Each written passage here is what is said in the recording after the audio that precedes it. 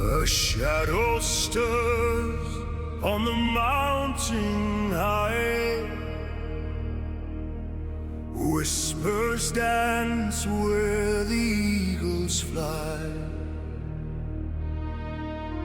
The earth it hums, a warning cry. The world awaits the break of dawn. Stealing hand, hearts ignite, echoes call through endless night. Rise up, the dawn is near. The call of legends loud and clear. Through fire and frost, through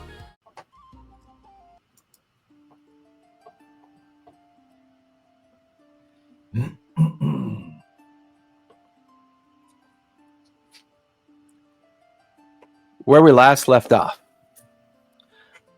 We started off in the castle area of the cloud top. Here, Lyra had begun to do the beginnings works of the dragonborn mentor that she is currently doing research and study for. While Bludgeon and Eldera were busy over at the Laughing Lamia, learning more about some of the patrons, getting used to the crowds and people nearby. And we had a couple interesting individuals kind of come into our periphery of existence. A mysterious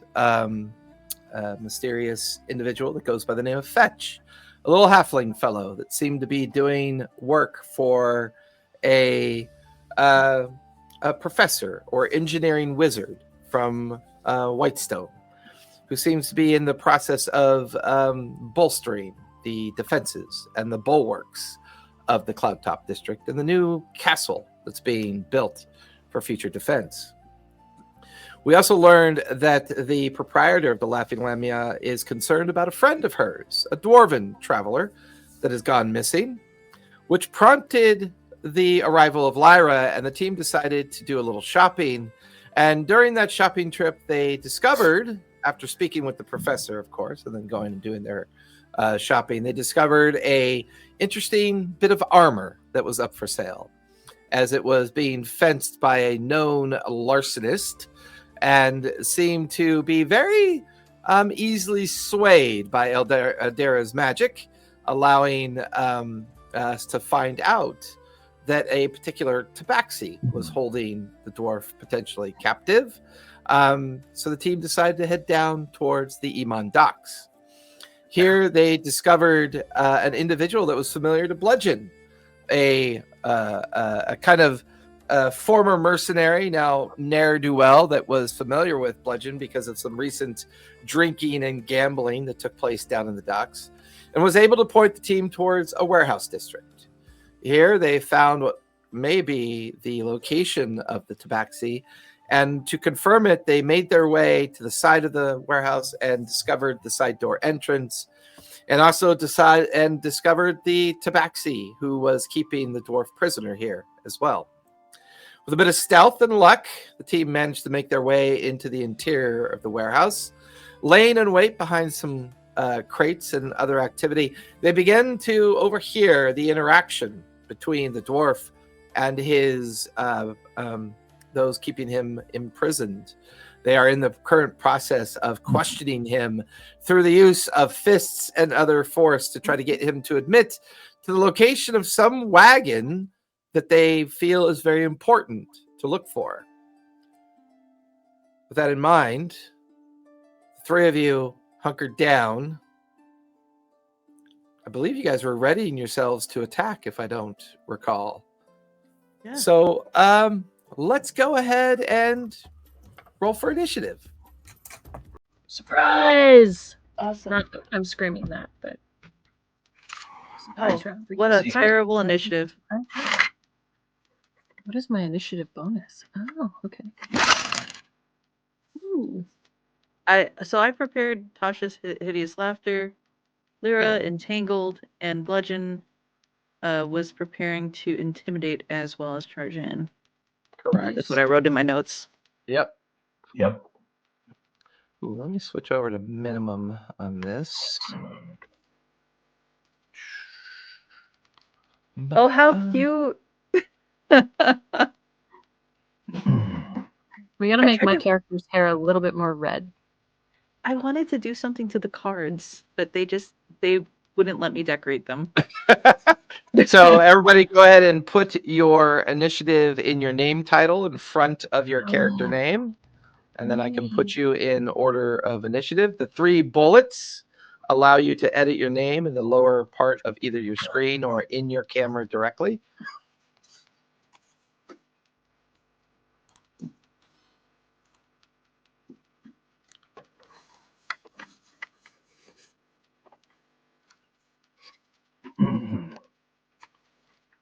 All right, we have a 17, a 6, and a 21. Ooh. I rolled a 19. With that in mind, Lyra, you are up with Bludgeon on deck.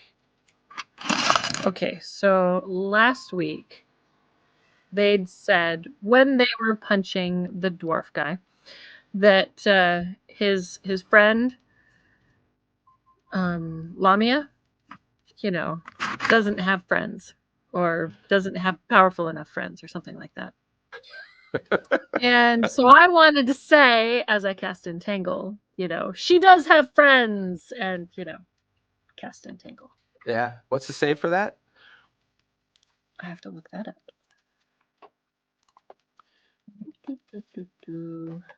Strength. Go ahead and read it. What does it do?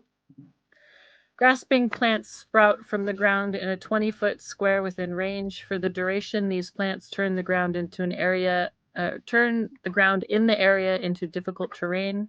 They disappear when the spell ends. It's concentration up to a minute. Each creature other than you in the area. I'm sorry, Bludgeon. Each creature other than you in the area when you cast the spell must succeed on a strength saving throw or have the restrained condition until the spell ends.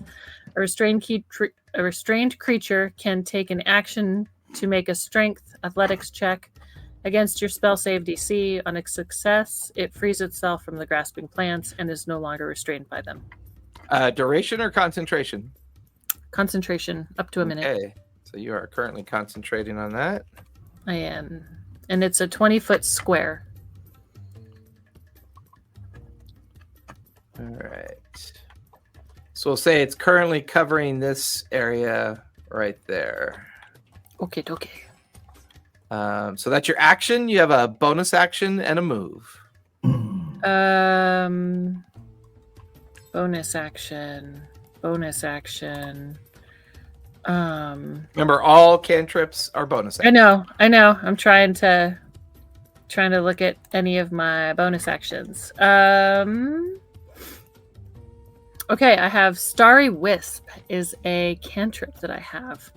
You launch a mote of light at one creature or object within range. Make a ranged spell attack against the target. On a hit, the target takes 1d8 radiant damage, and until the end of your next turn, it emits dim light in a 10-foot radius and can't benefit from the invisible condition. Okay. You've got 4 targets. The dwarf is in the middle. This And is none the of bigger them- guy. This is the bigger guy that was kind of like punching him in the face. None of them look like casters? No, Okay. they all look like thugs. They're all all look carrying like thugs? swords, axes, daggers tucked into their belt. The one big guy Okay. is carrying a mace, and he does have a crossbow on his back. Okay, dude that was punching, and with the crossbow on his back, is the one Yeah. that I will target, and All right. I am going to try and hit him. Go for it. Okie dokie. 18 18 will hit. Go ahead and roll damage. D8 4 4 points of what kind of damage? radiant. 4 points of radiant. He gets hit in the back, looks over his shoulder to see you kind of out there casting as the entangled flourishes up around their feet. Do you want to move at all? I'm hiding behind a box. I'm good. Okay, so you're currently under half cover. Bludgeon, you are up. You have a move, an action, and a bonus action. They can be done in any order that you would like. Okay. I would like to intimidate right away. Yeah, because that was your readied action before we rolled initiative. Give me an intimidation check.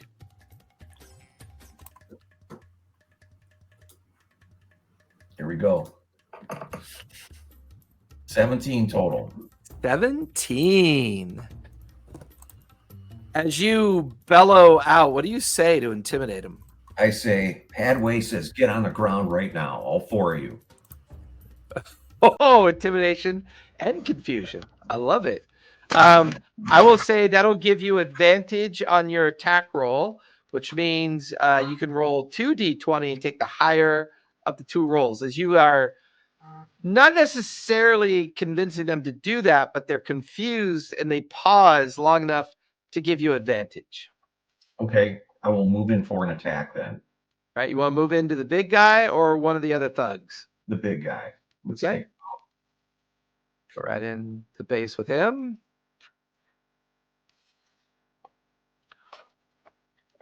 Go ahead and make your attack roll. Dual wielding, right? So the long swords first. Long swords first, and then your bonus action is the secondary weapon. Got it. Here we go. 19, and I roll it twice, correct? Yep, roll it twice and take the higher of the 2 rolls. 22. 22 will definitely hit. Go ahead and roll for damage. That would be a... Here we go. 7 total. With the long. 7 points of slashing damage. And then with the dagger. Bonus action, yep. Go ahead and roll your dagger attack. 12 to hit. 12, unfortunately, is going to miss. So as your sword comes down, slashing him across the chest, he kind of backs away as your dagger comes out towards his midriff. Your dagger pulling back in, unable to strike him. All right. And I believe that will finish your turn, unless you only use 15 feet of movement, so you could back away if you wanted to, but that could potentially trigger an attack of opportunity. I'll stay right there. Okay. That'll finish your turn. The bad guys are up with Eldira on deck. These guys have to make strength saving throws, correct? To be able to move through the vines, the entanglement. Yes. Okay. Start with the first guy on the right. He will fail. The furthest guy on the right, he will fail as well. He is restrained. Okay. Furthest guy on the left, that is a 16. He makes it. So he is able to move out of the entanglement. Is he half movement while he's in it? It is difficult terrain. It's half movement, so that'll get him here. And then for his action, he's going to dash action into base with you, Lyra. And as a bonus action, offhand strike. That is a 3 plus 3 is a 6, so that will miss. These two are incapacitated and stuck. We'll roll for the big guy. 5. He is considered incapacitated as well. Restrained. Or restrained, sorry. Restrained. Which means their move is 0, correct? Mm-hmm. Until they break free. Yep, until they break 3. So the big guy's going to use his mace on you, Bludgeon. That is a 12 plus 5 is a 17 to hit. Is that bludgeon? Yeah. That's bludgeon. What's your AC? Does that exceeds the armor class? Yeah, what's your armor class? 15. Yep, beats it, meets it, beats it. So that's a 17. So that definitely beats it. That is going to be 4 points of bludgeoning damage. To bludgeon. The bludgeon.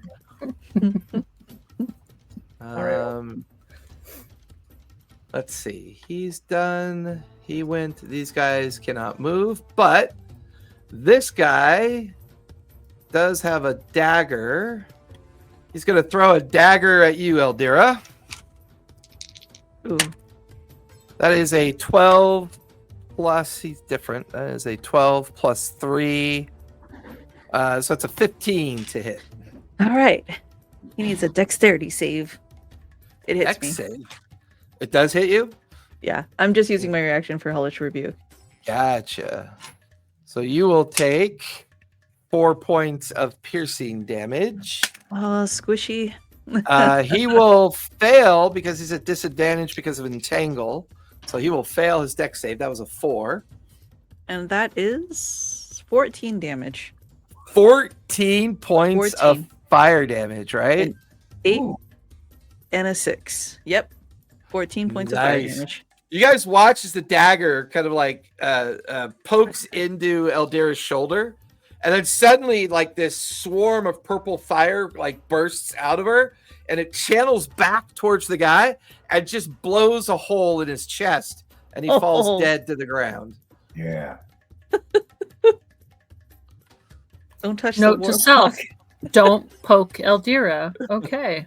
Oh, what they say in on Shorzy? Don't poke the bear. Don't poke the Yeah. bear. Don't poke the bear. All right, so that was him. This guy is going to he's going to take his action to try to break free. That's another strength saving throw to break free. Yep. That is a 12 plus 3 is a 15. He makes it. Okay, so he breaks free. That was his action to do it. He'll break free out of the entanglement. He'll move the remaining 25 feet to get to here. And now that he's closer, he's feeling more confident. Now he will bonus action offhand throw the dagger because of a special feat that he has. Did he move with half movement? No, he did not. But that's okay. He rolled a natural 1, and the dagger flies harmlessly past Eldira. That'll finish the bad guy's turn. Everyone can see the screen okay, yeah? Yeah. Okay, good. So that'll finish the bad guy's turn. Eldira, you are up. It'll be at the top of the second round. Oh, I forgot. Because that was my reaction. All right, I am going to choose him because he threw a dagger at me, and I'm Okay. going to just see if I can get him with Eldritch Blast. 17. 17 will hit. That's your bonus action because that's a cantrip. Should be a cantrip, right? No. Eldritch Blast? Yeah, it's a cantrip, but it's not a bonus action. You can treat it as a bonus action if you'd like to because it's technically a cantrip. Okay.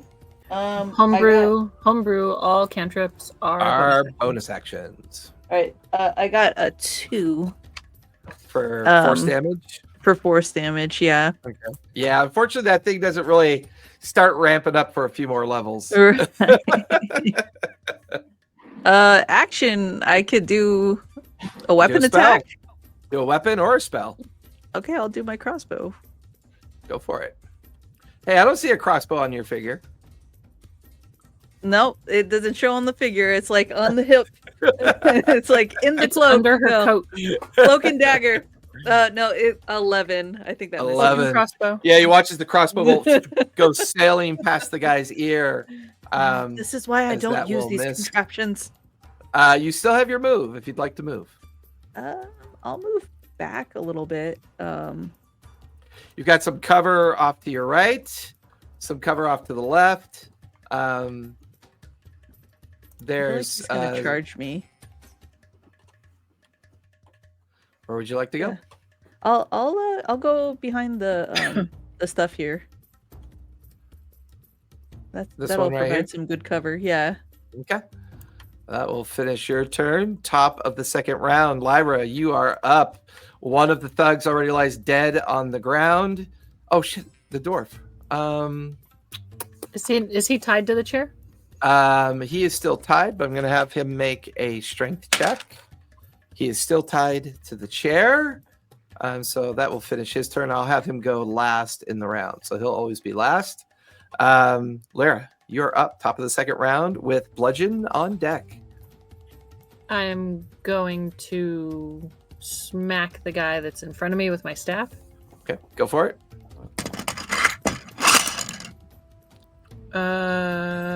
18. Yep, that'll hit. Go ahead and roll damage.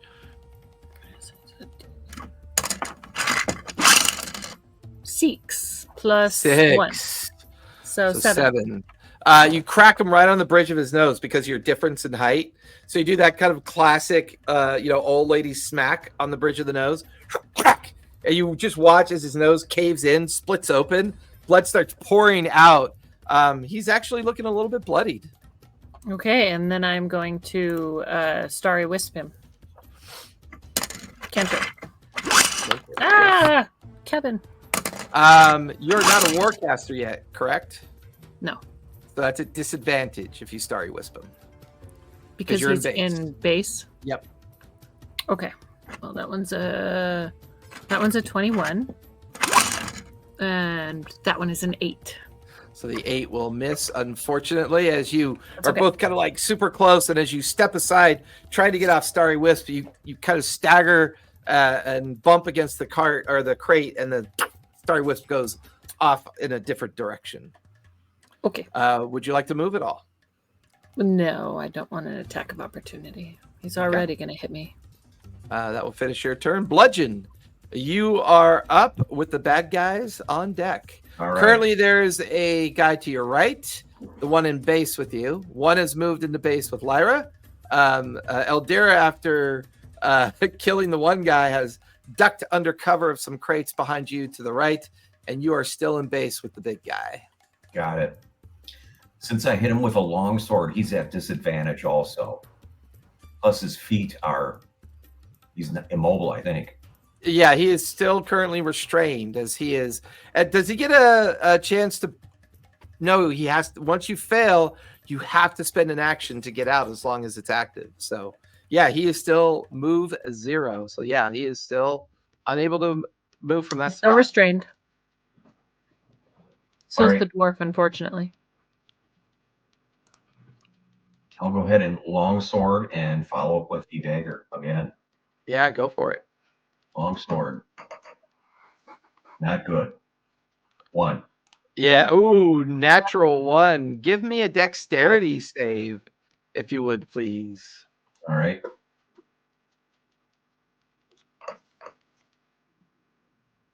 $23.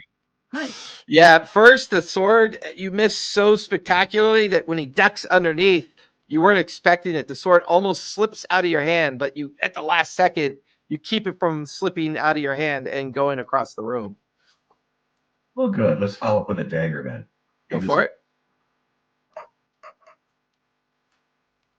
7. Not good. Yeah, that's going to miss as well. As you jab at his midriff, he kind of once again is able to get out of the way. Do you want to move at all?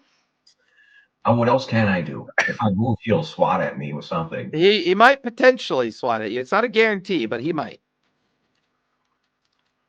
He's restrained still? He is restrained, so his movement's still 0.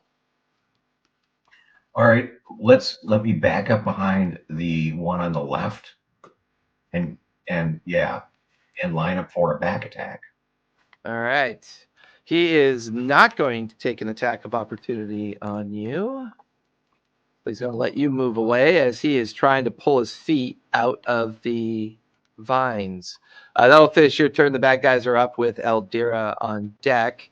The big guy is going to try to use his action to break out of the entanglement. That is a 4. He does not do it. He will begin to ready his crossbow, and he will do an offhand throw with one of his daggers. He's going to do that at you, Eldira, because he saw what you did with your One of his reaction. Now you've got half cover, so I believe that's a +2 bonus to your armor class. Sounds good. That is going to be a 2 + 5 is a 7. You watch as the dagger sticks into the crate right in front of you, as that will miss. This guy, sensing he's in trouble, he's going to use his club on you, Lyra. That is a 12 to hit. Misses. That will miss as he does not catch you. Bonus action. He's going to do an offhand strike with his open hand for an unarmed strike. Oh, what a bitch. He's going to slap me? That is going to miss. He does not want to be pinned between the two of you, so he's going to attempt to move away from both of you. So Do I you get an both, attack of opportunity? you both do, absolutely. You and Bludgeon do. Yeah. Opportunity attack. Do I get both No. weapons? Bucket. No, No, just your only main one. sword. Just your sword attack. Longsword. Here we go. 12. That'll miss, unfortunately. Yeah.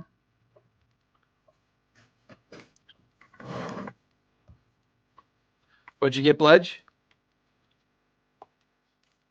Let me roll. I don't know. It went away. Can I roll Try again? again. Yeah, go for it. D&D Beyond can be a little wonky. I highly recommend Math Rocks once you're comfortable with the new rules. Definitely math rocks, math rocks, math rocks. I might be a dice goblin. 11, that's going to miss as well. So See he my dice. will use his movement to get into base These are all my dice. with Eldira. Why am I long pronouncing eyes? Oh, because it's Lyra versus Eldira. That's right. Deer versus You can eye. do Lyra. You can do Lyra. Lyra's fine.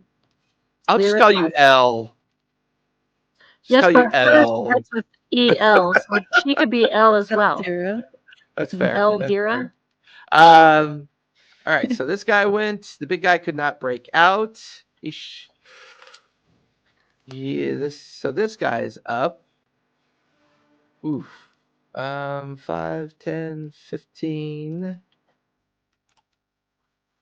20, Yeah.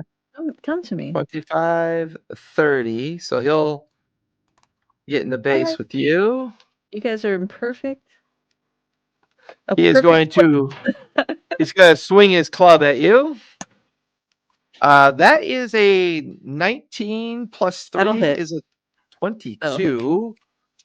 That is going to be that's a 6 plus 2. That's 8 points of bludgeoning damage. Oh, I'm down. Are you really with 8? Yeah. Yeah. So I always forget to remind everybody about this.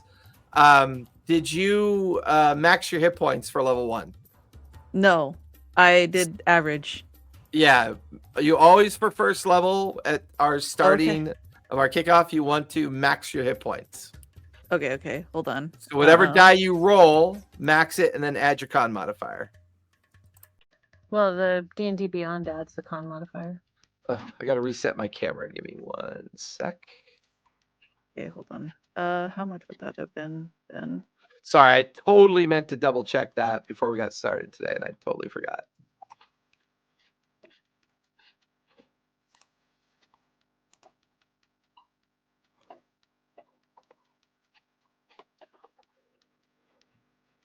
Okay, so that would be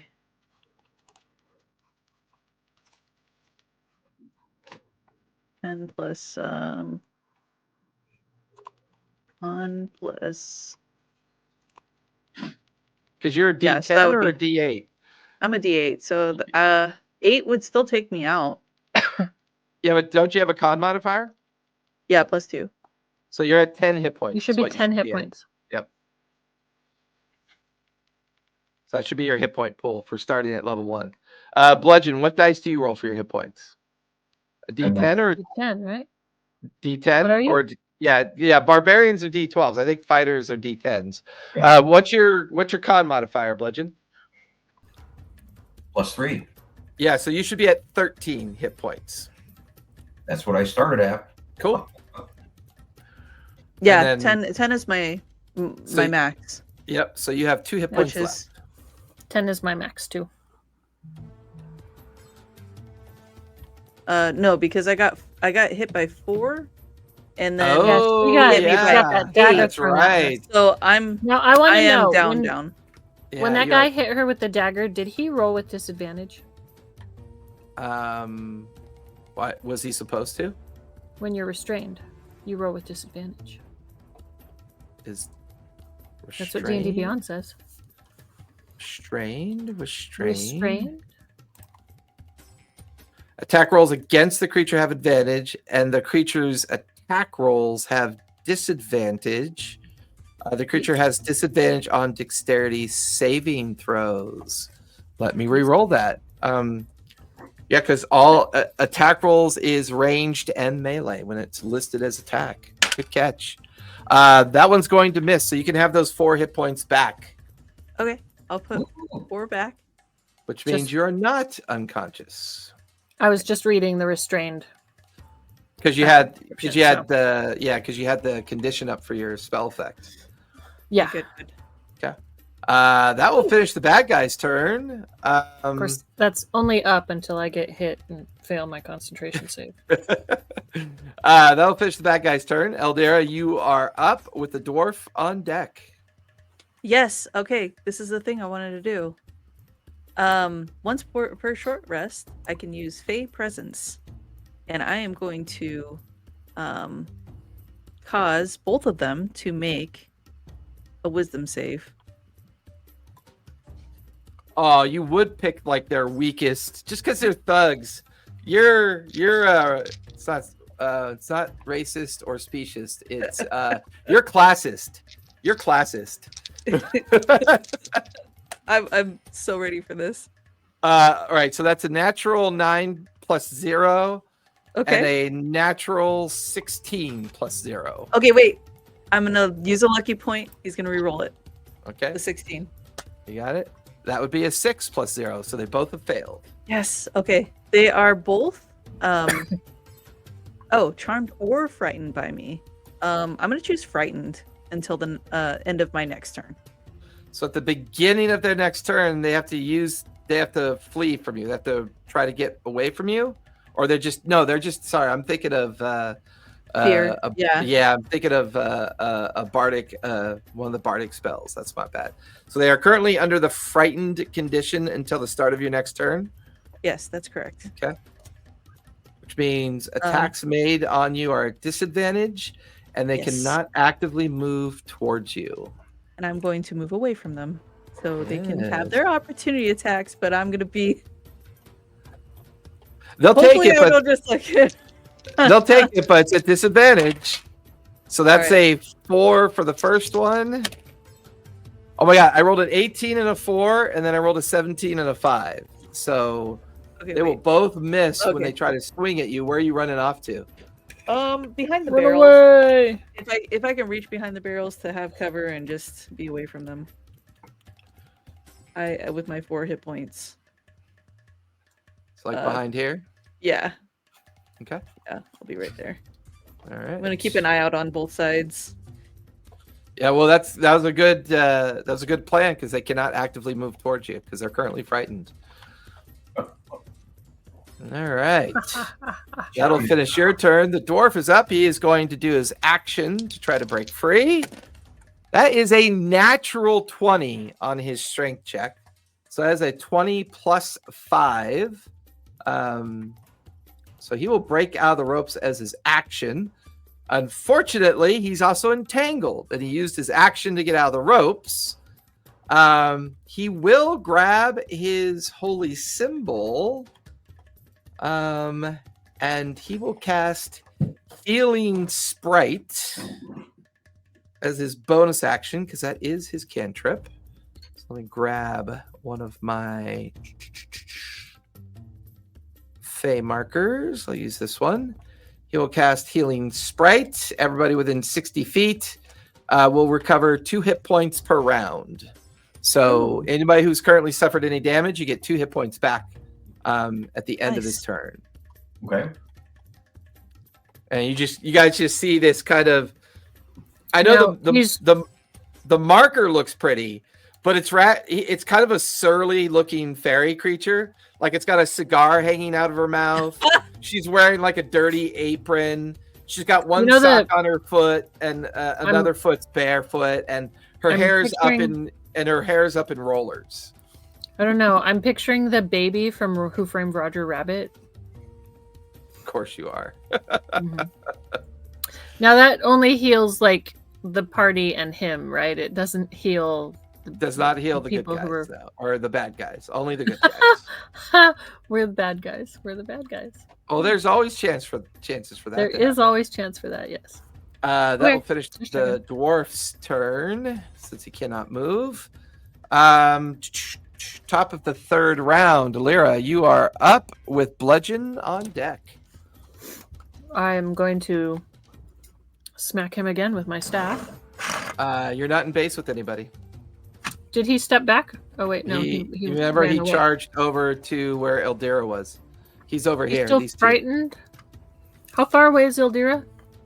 I'm, Ildira is 5, 10, 15, 20, 25, 30, 30. She is 40 feet away from you. Oh, I can't get over there. Okay. And the big restrained dude? He is right there, still in Yeah. the entanglement. He has not been able to break out. Okay. I'm gonna... I think I only have a 5-foot reach, so I do have to step in base. But I'm going to Starry Wisp him. Go for it, First- for starters. Which for one? starters. The The guy that's in entangled. Okay. Oh, okay. They're- Go for it. They're frightened. I'm, until they break out, I don't want to... Well, they're frightened of her, not you.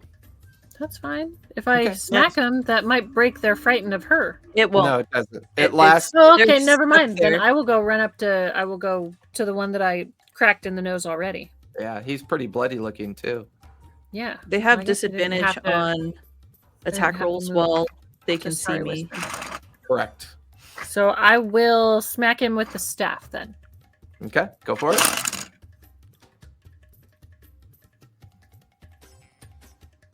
17. 17 will hit. Roll for damage. No, come on. You gotta actually roll. There we go. 3 + 1, 4. So 4 points of bludgeoning damage.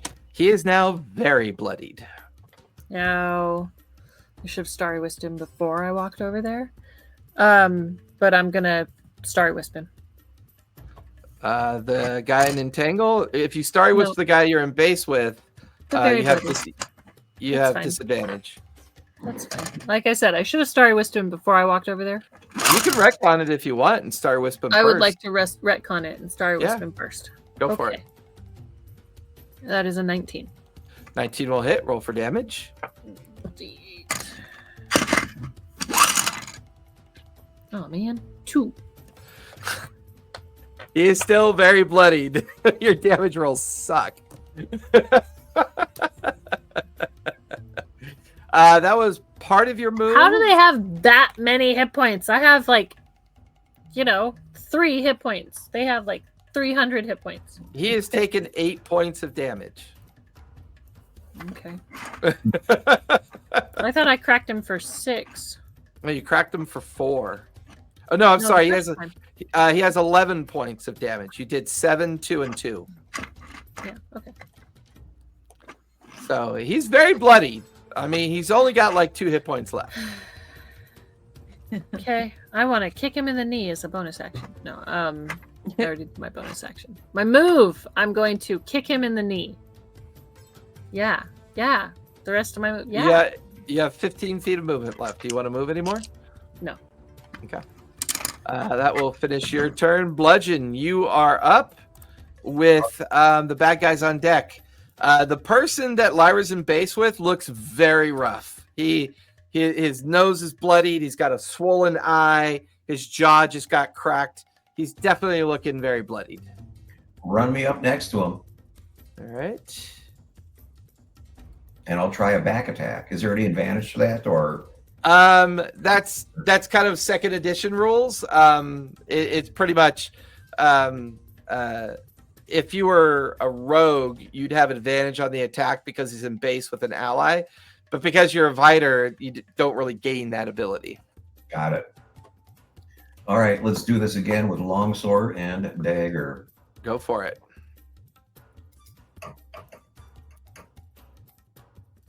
12 with the longsword. 12's going to miss, unfortunately.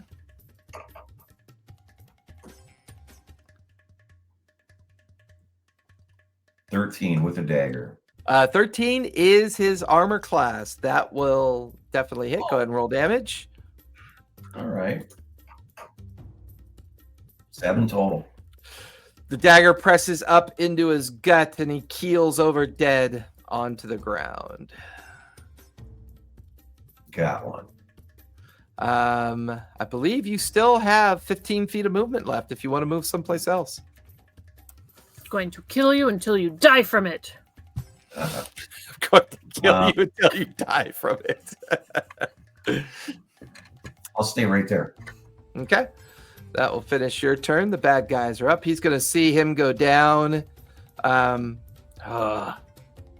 this guy's going to use his crossbow. He's going to take a crossbow shot at you, Lyra. And he has disadvantage. What a jerk. That is a 13 and a 14, so 13 plus 5 is 18 to hit. No. They don't get. He doesn't get bonus. Yeah, they both hit. Well, no, I was rolling with disadvantage. Oh, okay. Well, 18 hits. Yep, that is going to be 7 points of piercing damage. Whew, are you okay? I do need a 10 or higher on your con save to maintain entanglement. I'm alive still. Well, I guess conscious. Ooh, I got a natty 20. Nice, you maintain concentration. You are good. He used his action to fire the crossbow, so he cannot break out of entanglement. Ha! He only had the one dagger. He threw that already, so he is done. This guy will see that Lyra just got hit, so he will move in the base with you. But he can still see Eldira, so this will be at disadvantage as he swings his club. That is going to be 11 plus 3 is a 14 to hit. Nope. And then his bonus action, he's going to jab at you with his unarmed strike with his offhand. Disadvantage. That is 13 plus 3 is 16. Yep. That will do 1 point of bludgeoning damage. What a jerk. Oh, when do we get the healing 2 points back? At the beginning of the dwarf's turn. Okay. All right, that'll finish that guy's turn. That guy, the dwarf, is now up. So everybody gets 2 hit points back now we if you get need 2 hit it. points. Yep. Thank you, Dwarf. Dwarf is going to. We know his name. It's Drax. Derek's. Derek. Tavrix? Derek's. No. No, Derek's. Derek Zabrion. Derek. Zavion. Dariax. Dariax. Yeah, Dravorak Xavion. Dravorak Vireth is the dragonborn. Right. I'm getting my D's mixed up. Easy enough. Because, everyone in Fantasyland either starts with a D or ends with an era.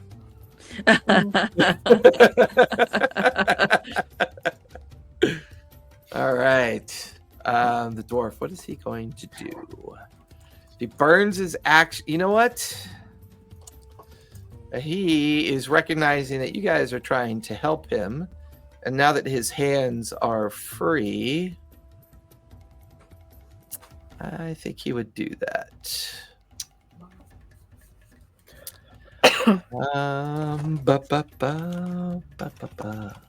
I honestly didn't expect you guys to live this long. You thought you Kidding. I'm kidding. He is going. Who looks worse, Eldira or Lyra? Who looks worse between the two of you, do you think? I have Should 5. we answer that? I have 5. Lyra looks worse than Eldira. All right. He is going to cast Healing Word on you, Lyra, as he grabs his focus and mumbles to his god of the desert. A thin veil of sand swirls around you as you get 5 hit points back. Sweet. That was his Oh, action. I finished my character, and actually took all of my shit, and so now I have 11 hit points. There you go. Max. Yes. All right, that'll finish the dwarf's turn. Top of the 4th round. Lyra, you are up with bludgeon on deck. I'm gonna smack the guy that just stuck me with his, or hit me with his cudgel, whatever he did. Technically, he backhanded you with his hand what and his cudgel. Okay, I'm going to smack him with my staff. Why aren't you in school with all the other kiddies? Just laughs down at you. He smells like beer and sausage. 21. 21 will definitely hit. Roll for damage. Beer and sausage. Mother. 2 damage. 2. That's like 3 2s in a row, man. That's epic rolling. Oh yeah. When you're done with that, can I give that staff to me daughter? Can grab a different D6. And then I will Starry Wisp him. I know it's a disadvantage, It is. but I rolled a 19 and a 16. So Yeah, that'll definitely hit. Roll for damage. come on, more than a 1. More than a 1. It's a 1. Maybe you shouldn't use that to roll your dice. Maybe they're not really rolling. Maybe they're just kind of sliding. Oh no, I can see them rolling. Yeah, I don't know, man. I think your other dice rolling equipment, it might be a little bit jealous. Do you know what your son did to my dice rolling equipment? Uh-oh, but I think we're about to find out. Do you know what your son did to my dice tower? Oh no. That is what your son did to my dice tower. Your son. Is it broken or just in pieces? Well, I mean, isn't in pieces the definition of broken? Not if it can be reassembled. It can be reglued. Okay, reglued means it's broken. Gotcha. All right, Bludgeon, you are up with the bad guys on deck. All right, the one right next to me. Let's do a long sword dagger combination again. Go for it. First one's the long sword. I think it broke on the place where it was glued. So, What'd you get, Bludgeon? That's 17. 17 will hit. Go ahead and roll damage. let's see if I can just put it together 5 and slashing. still use it. 9 slashing. 5. 5 slashing. He's definitely bloodied from that strike. You kind of catch him right across his midriff, tearing through his leather armor, and blood kind of beginning to spill out of the wound. Yeah. Let's go ahead with a dagger. Okay. 18 and it hits. That'll definitely hit. Roll for damage. We'll try my 7 other. points. 7. 7 points. You, like, as you slash, he kind of hunches back, which kind of exposes his neck and chin, and you quickly jab upwards as your dagger goes up through his jaw into the roof of his mouth. You pull it out quickly, and he falls dead to the ground. Hey, I wanted to hit him again. I mean, good job. You still have your move, Bludgeon. What would you like to do? Well, I'm going to move in front of the big guy, but not be in his striking range. And I'm going to set him up for. I'm going to shoot a crossbow at him next round. All right. Put you right there as you line up your crossbow at him. That'll finish your turn. Here, the one remaining bad guy is up, and things are not looking good. Ooh, do we want to catch him and try and make him talk? surrender. He is bonus action. You watch as he pulls a glass orb out of his pocket, out of his belt pouch. And I need that. Oh, this can't be good.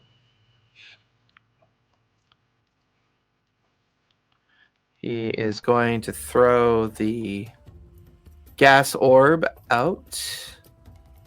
And that will cover that space there.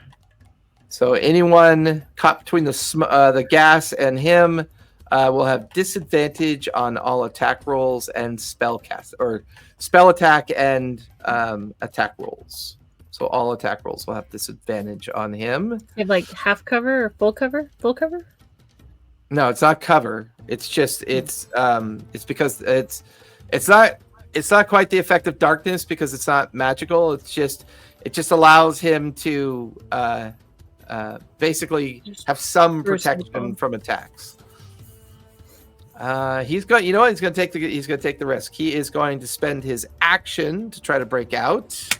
Throwing the orb wasn't his action? No, that's a bonus action.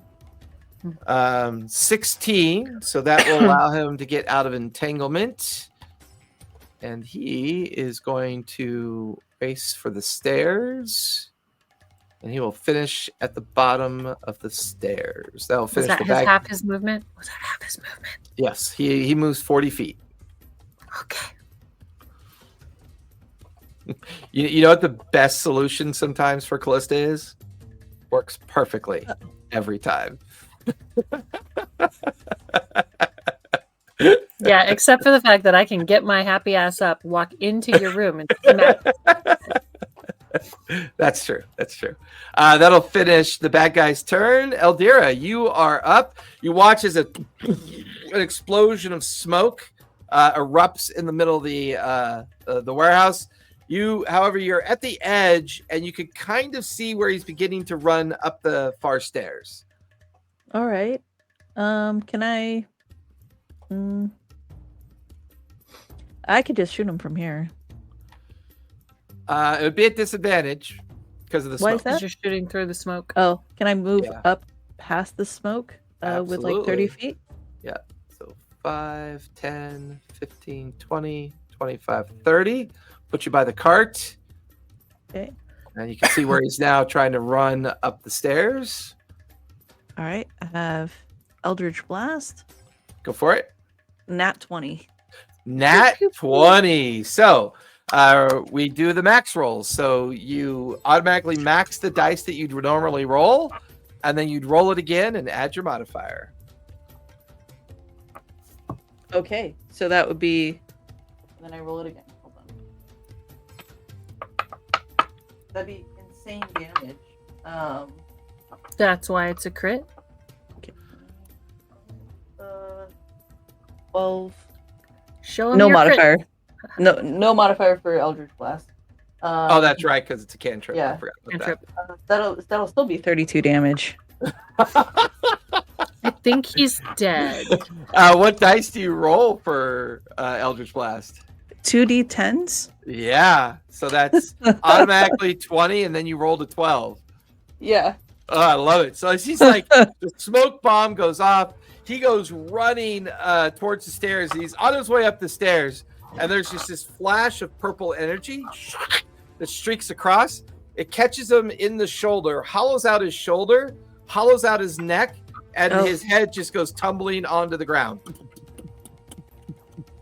Well, that I was guess ruthless. we can't interrogate him now. Which will Sorry, I didn't have officially anything. take None of us out have speak with dead. Points back. That will take us out of initiative. Oops, wrong one. I want to use the 4-person one. Where are you? Up there you are. Can we heal 2 points at the end of this? Yes, you can go ahead and automatically get 2 more. Actually, that lasts for up to a minute. So the healing sprite will last another 5 rounds, which means everyone can get 10 hit points back if you need it. Oh, But that Nice. doesn't heal us up past our max. No, it doesn't. Because otherwise I'd love to be, 20 hit points. Yeah. You guys are now in the empty warehouse. Those that were working in here had already scattered and ran as soon as the fight broke out. You're Entangle. going to drop Entangle? Yes. Okay. You can see the dwarf currently finally I gotta move my fucking feet. Thanks for the help, ladies and gentlemen. Who now? Who the fuck are you? You don't look familiar to me. I'm Lyra. I'm Bludge. Eldira. And we're friends of Lamia. She said to look out for you. Lamia, did she send you out for me, or is this just happenstance? Happenstance. Well- She told us you were missing. She also mentioned your chevron. Did anybody grab that? We did, right? Oh, yeah, halberd? you guys Yeah. grabbed his Yeah, we halberd. did. Yeah. So we pull Well, it out and hand it to We him. found it oddly suspicious that this was being sold in the market.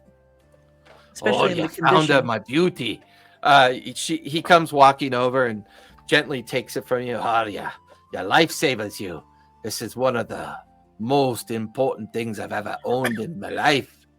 How can I ever thank you? These guys would have finished the damnedest thing, too. They really think that I know where some fucking wagon might be. And I can assure you, I don't know what they're talking about. They think I know some location of some wagon that holds some kind of treasure or some kind of device of purpose. I'm not really sure which, but thank you for rescuing me. Absolutely. Let's get What you was back to important about the tavern. wagon? I'm not really sure.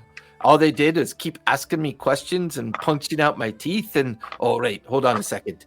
He gets on the ground, picks up 3 of his missing teeth, kind of jams them back into his mouth. And as the last of the pixie fades, it's just enough healing energy that his teeth settle back into his gums.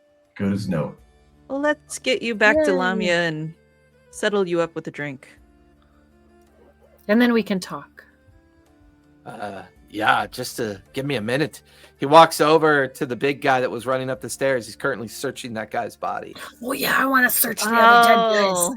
guys. Roll the bodies. Let's rifle the body. And the everybody- warehouse. If you're focusing on the bodies for starters, everyone give me an investigation roll for that. Oh, I should have took investigation. Okay.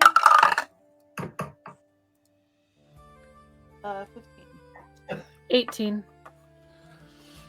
6. I don't know what's going on. Bludgeon, you're doing that classic fighter move where you kick their boots, you go, you got nothing.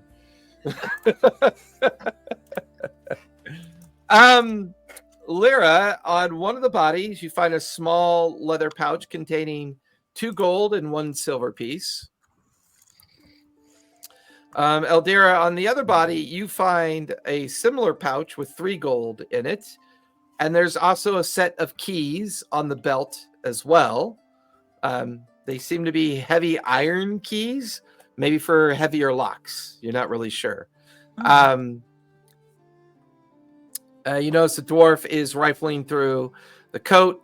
He pulls the crossbow and bolts. If any of you are using a crossbow, you might want to take a look at this. He slides the crossbow across the floor, and then he dumps the extra quiver of bolts onto the ground in case anyone wants it. The mace is okay. I'm going to keep that. He jams the mace into the confines of his armor that he's now laced back up on. He finds a small pouch, which he immediately tosses over to Bludgeon. Hey, lad, it's hard being young and in the business of killing. Here, have some coin. And he tosses you the main thug's coin purse, which is got 10 gold in it. What is the crossbow of a size that I can use, or is it too big? It is a heavy crossbow, unfortunately. Sorry, it's too big for me. I can scoop it up if no one can use it. I've got a light one right now. Ooh, I could use your light one. Trade you. Thank you. There was also 18 rounds of crossbow bolts in his quiver as well. Got it. Took you guys about 15, 20 minutes to do all that. Still no sign or return of Padway. The doors are partially open from when the workers fled out the space. Everyone give me perception checks as you glance around the warehouse. Ooh, terrible. 7. There's nothing here. 7. I got a 7 too. Come on, Lyra, get a Okay. 7, and it's Yahtzee. What is it? Perception? Perception. Well, I got a 17 plus 4. 21.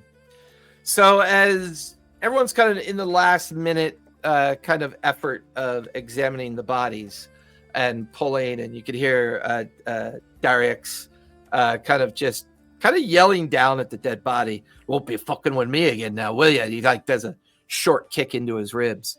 Lyra, as you look around the warehouse, while some areas of the warehouse are filled with those empty crates that were being built by the day laborers, you notice a pretty decent sized stack of crates that have like these heavy locks on them, these heavy like padlocks on them. You also notice that they have many different regional emblems on them. Some come from Wildmont, some come from the Menagerie Coast, some come from Marquette, from possibly different houses of trade. They look like they've been purposely locked for some reason. Well, I want to go pick one. As you head over, you guys notice that Lyra is heading over to some crates, and she's currently kind of looking at a heavy padlock that's on the crate. Lyra, give me a sleight of hand check as you try to pop it open.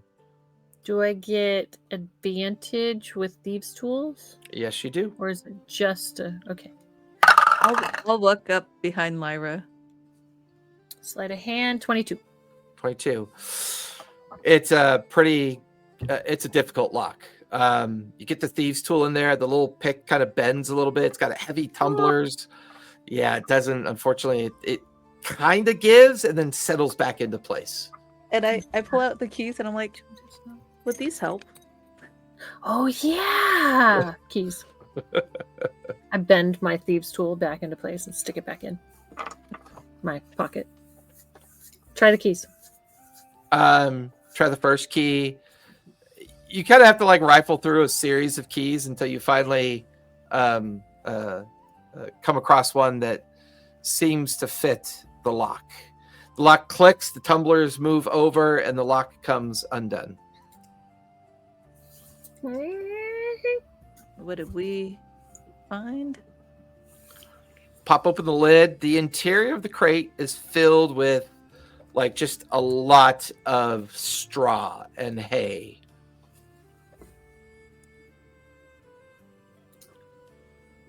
I'm looking through the hay. Who's looking through the hay? I'm looking through the Lyra. hay. I'm gonna die. Lyra, give me a deck save as you do that. Ha! Oh no.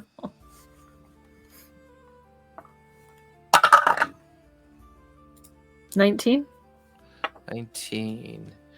You feel like something just tried to bite you. There's critters in here. You felt your hand brush up against like something metal, like you were pushing through a cage. And then you felt something like brush at your hand with like sharp teeth that almost got you, but you pulled your hand back in time before anything happened. Okay. Much more carefully. Let's see what's in there.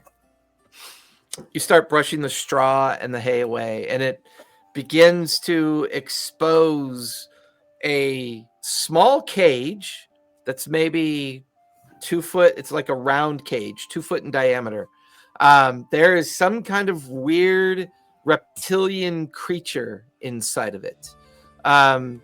It's small, but its teeth are quite large. Its tail is long. It's got strange feathers kind of forming off of its back. Its face almost kind of looks a cross between like a chicken and a lizard at the same time. Is it cockatrice? Could be. Give me a nature check as you examine it closely. My nature is plus 10. 12, 22. Yeah, it appears to be a young cockatrice.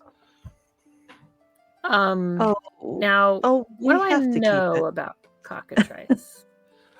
They're quite chaotic, How- difficult to train with that on that role. You also know that when they become mature, their eggs and their feathers have important magical properties.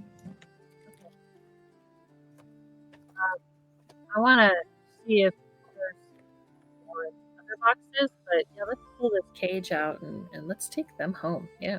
I'm gonna speak with animals on the cockatrice. Will that work? Okay. It's an animal. Let's see why not. Cool. Speak with animals. I cast it. Yeah, what do you say to him? Hi. It does this weird feather ruffle, like in response to your prompt to it. If we take you home, will you be nice to us? Out of this cage? It kind of like clacks its teeth and beak. It kind of ruffles its feathers. Doesn't it seem sound to like quite yes or understand no? the words themselves, but you get the feeling this thing's pretty feral. It's pretty hasn't been trained, and it's very young. It's probably considered a hatchling at this point.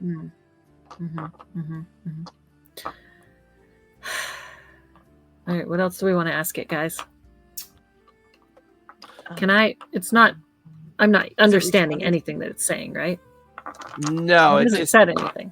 it hasn't really said anything. It's mostly just making like little Clicks. screech noises and kind of little chuffs with its chest and its feathers ruffling. It's not really communicating. You wanna Might go we home? offer it a bit of dried meat from the rations we bought from? Yeah. Take some out and hand it to it. It Carefully immediately without. it immediately goes right at it, chuffs it down as it swallows it quickly. Yeah, it makes sense. It's a child or infant. It's just hungry, and I don't know how long they've had this kept in here. Oh, look what you found! You found a chicken. Let's eat it. I think This is a pet chicken. I think it's Christ. worth a These lot are- more than. These are illegal in Emon. You're not allowed to trade in beast and beastry in Emon. This must be smugglers for sure. Well, they were beating you to a pulp, so I wouldn't I be just smuggling past them. Well, I mean, I just assumed they were either trying to rob me or get some information from me, which I didn't have. So Perhaps I just there's chalked it up to another- them being idiots. Do we want to open Perhaps up another there's- box? Yeah, I was gonna say I have 2 keys. If I Technically, you look have around, five. Technically, you have 5. Oh, 5. Yep. Oh, 5 and yeah. 2. Let's open up another box. I'll be on guard duty. Yeah, that's a good idea. Bludgeon, as you go over to the main door to keep an eye out for Padway, give me a perception check, if you would. It's probably a good idea, Bludgeon. 19. Nice. You can see crowds of dock workers kind of ebbing through the streets between the docks. No sign of Padway yet. You kind of give the all clear to the others to kind of keep searching. Davrix is going to take Darix is going to take a chapter from Bludgeon. He's going to go to the side door and keep an eye out there. And I will leave it to you ladies to figure out what's going on here. I'll keep an eye out on the side door. Bludgeon, you keep an eye out there on the main door. Got it. I also So- have a bag of caltrop. If we run away, we can drop the caltrop and perhaps impede their movement. Nothing more painful than a handful of four-sided dice. So there, as you and Lyra begin to look at the padlocks and the crates, you begin to match keys to each one. You begin to look at the 4 additional padlocks, and with the keys, you're able to unlock the 4 remaining crates. One by one, you and Lyra begin to open them, clear the straw and hay away. In one of the crates, you find a very venomous asp snake that's in a kind of metal cage, like a chicken wire cage. In another crate, you find a rock snake, which is actually a snake that is made from rock material. The 4th crate, you find 5 eggs of various color, sizes. And in the final crate, you find a single ceramic jug filled with a strange liquid. Does it have different openings? How big is it? How big is what? The jug. The jug is like the size of a Roman traditional ceramic wine jug. So maybe big enough to hold 5 gallons of the fluid that's in it. And it does have a kind of wax and leather seal on top of it. And there's a fluid kind of sloshing around inside of it. Is it? It's not opaque. We can't see into it. Can't see into it, no. Okay. I was so excited. think I it's thought it was a an gin. alchemy jug. I think it's a gin. Alchemy jug at level 1. Now, come on now. It's so fun. Well, do I know what kind of creature some of those eggs belong to? Give me a nature check. Before the rock snake, what did we find?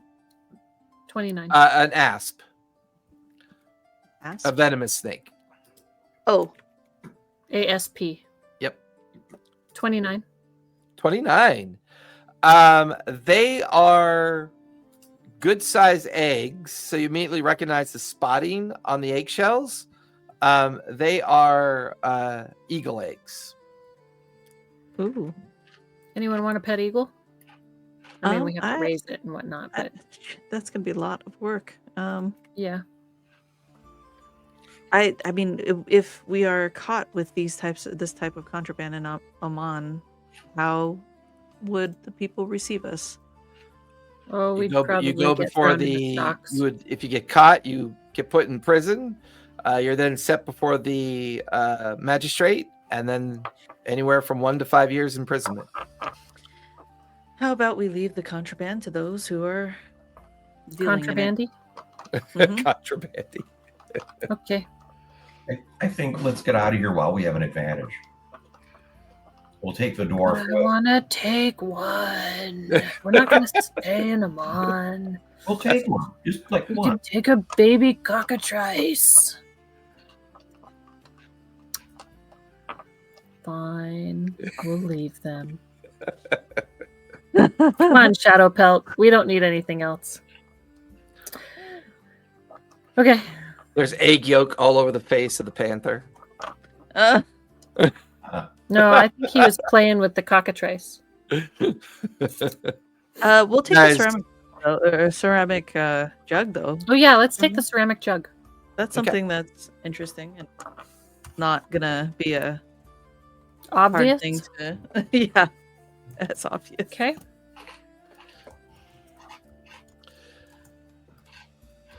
You guys gather up the dwarf and yourselves, and you head out into the busy docks. Where would you like to go to next? The tavern? The Laughing Lamia? Laughing Yep. Lamia? Yeah. Yeah. We gotta take Darius.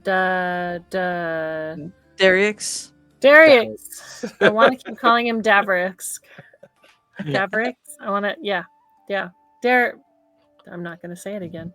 We're going to take the dwarf back to Lamia.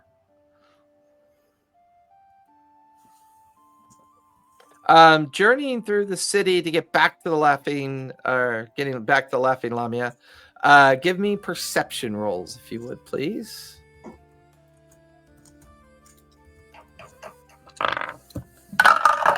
One, two. Really should Not make natural. perceptions. 22. 2, For me, 19. 19. You guys are pretty good at keeping an eye out on things as you What the dwarf move did. about. He's just babbling the whole time. He says, so there I was, minding my own business over in the markets, and this lad comes up and starts talking to me like I known him for a long time. Next thing I know, my eyelids get heavy, and I'm passing out, falling asleep, and then there I am, waking up in the warehouse, looking around inside this cage, and wouldn't you know it, staring at that wicked tabaxi out the bars. She's having a conversation. But what was very strange, at some point, a wee halfling came in, said something to them, and then kind of ran off into the street.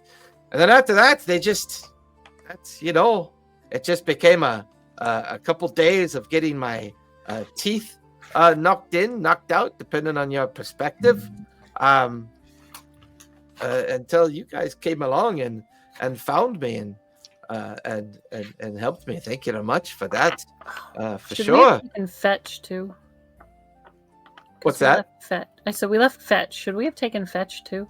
Yeah. Well, I mean, as far as you know, you didn't see him like after the fight, so he could have ran off. He was passed out though. He was passed out. Okay. Oh.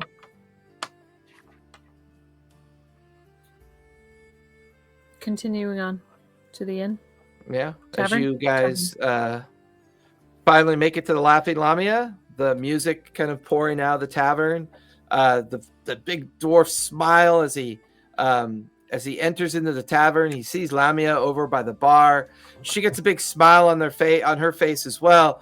The two of them go rushing towards each other. He kind of like picks her up in like this big dwarven hug, and they are now in the midst of just kind of getting caught up and explaining to each other what happened. All right. Does it get RX rated? No, they're R-rated? friends. No, they're friends. Just checking. Your jealousy is duly noted. I'm not jealous. We also have the message bag. Yes, I know. You have the message bag. This is Fetch's true. message bag. I'm gonna, once we get into the Lamia and, sitting at our table, Yeah. I'm gonna look in the messenger bag. By the time you guys get to the table, one of the servers brings a round of drinks and a tray of food. The server kind of leans in. And you don't have to worry about it. Lamia says that it's going to be on the house for a while. You look over and Lamia, she's got this big smile on her face. And and she said for me to give you this. And she drops she gives each of you 50 gold Woohoo! Oh, wow. for saving her friend. Thank you very much. That is a lot to be dropping. No wonder she has financial issues. No, I'm just kidding. Hey now. Don't be gaslighting the NPC heroes. I can totally see how Dara is standing up.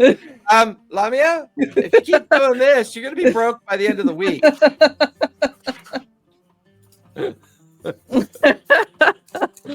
No, I'm happy about it. I shouldn't say that. It's perfect. Lyra, give me a investigation check as you start rifling through some of the messages in the bag. 15? 15. There are some correspondence between somebody with the initials PW, which you suspect is Padway. They are messages sent to Padway. They are from somebody with the initials TR. No formal signatures, just acronyms and abbreviated statements, as it seems that you've stumbled across a smuggling operation. It seems to discuss locations within the city, places on the outskirts of the city. It does name a ship that comes into port that goes by the name Starblaze. It would appear to be a merchant ship. This may be the main ship that maybe they're using as a means of smuggling. You kind of get that vibe from the correspondence that you're reading. Starblaze. Is this like a spelljammer ship? Starblaze.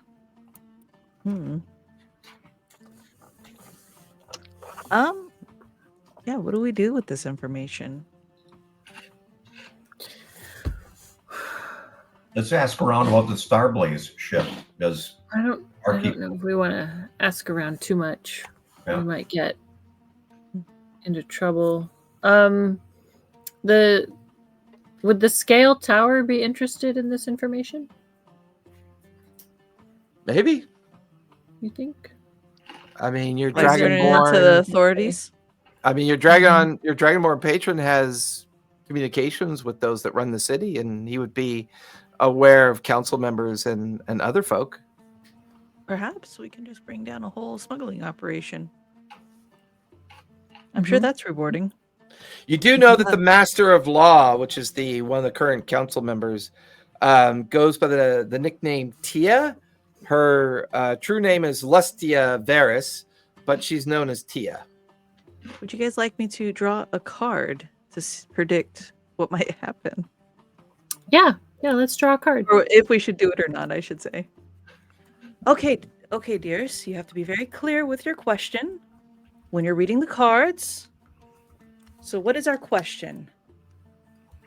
Do we turn this in? Will it be favorable? Yeah.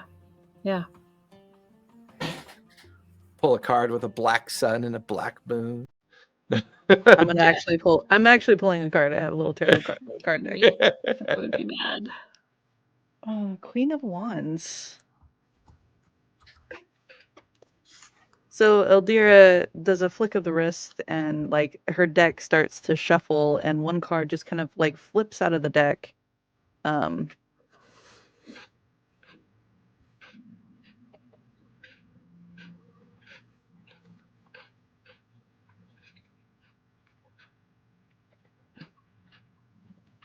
And she looks at it and, oh, well, this might be quite favorable. The Queen of Wands is the embodiment of confident action, bold honesty, strategic.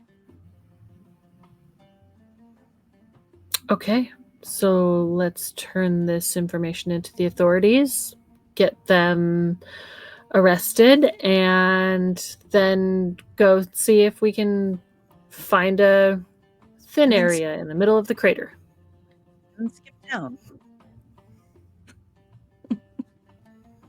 And then skip town. Yeah. Perfect. Yeah, all right. We're gonna go see your friend then, Lyra. Twice in one day. All right. Okay, What time is it? My drinks and food and... I would say at this point it's late afternoon, almost. Okay. You guys have been out searching the city and the marketplace. Mhm. Found the warehouse area. Spent time rescuing the dwarf. So at this point it's like late afternoon. Okay. Might we just have a little rest while we drink and eat for just about an hour? Well, that would, yeah, we probably took that while we were going through the messenger bag and stuff. A short It'll rest. just help me I don't restore I know. a spell slot. Yeah, don't you need anything back. if you want to take a short rest, feel free. I don't think I get anything back from a short rest. Nope. Oh. No. Druid gets no spells back. No spells at all. All right, I'm good to go.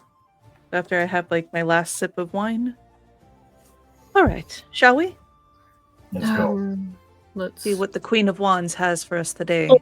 gather all of the stuff and head to the scale tower. So as you guys begin to finish up Wave your it, drinks, Lamia. yeah, she immediately comes racing over. I'm sorry, I was getting caught up with my friend. He told me everything that happened. That was amazing that you guys did what you did. You didn't even have to do that. You could have just left and got the authorities. Oh, well, I guess we like doing things the hard way. Well, I understand. Listen, you always have a room here. I'll keep one aside. That's the least I can do. And unfortunately, that was all the gold I could afford to give you. But I do have a friend who works for the magistrate's office for the lawkeeper. He goes by the name of Maris. Maris. Maris Troy. Maris Troy. We call him Troy for short, but if you ever find yourself in trouble with the law, that's who you want to talk to. Is he some sort of lawyer? Or man of law, I should say. Not exactly. He is a captain of the watch. Oh.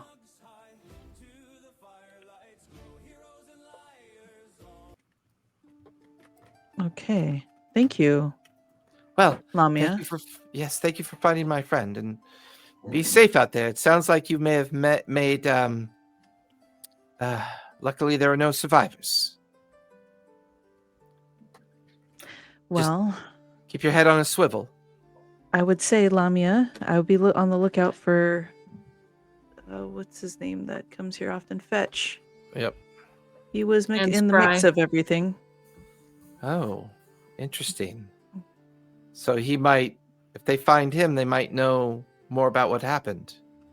He was a Yes. little out cold. I don't know if he woke up and saw us, though. So we may want to look for Fetch. I'm not sure if he was engaged with them but it would make sense, right? He felt comfortable enough to sleep there while our friend Passed out. Dariox was being pummeled to death.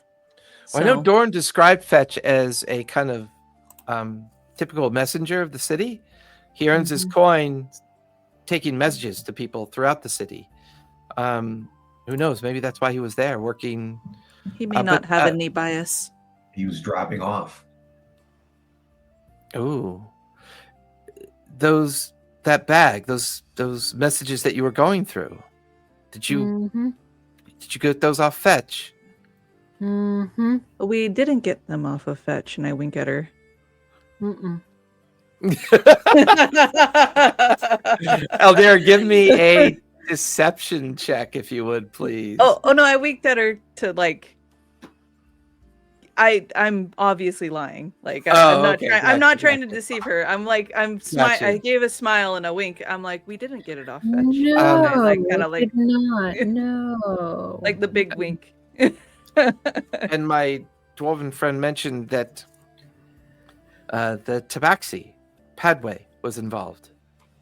Yes. Yes, we hear that she is quite mean and Well, fierce.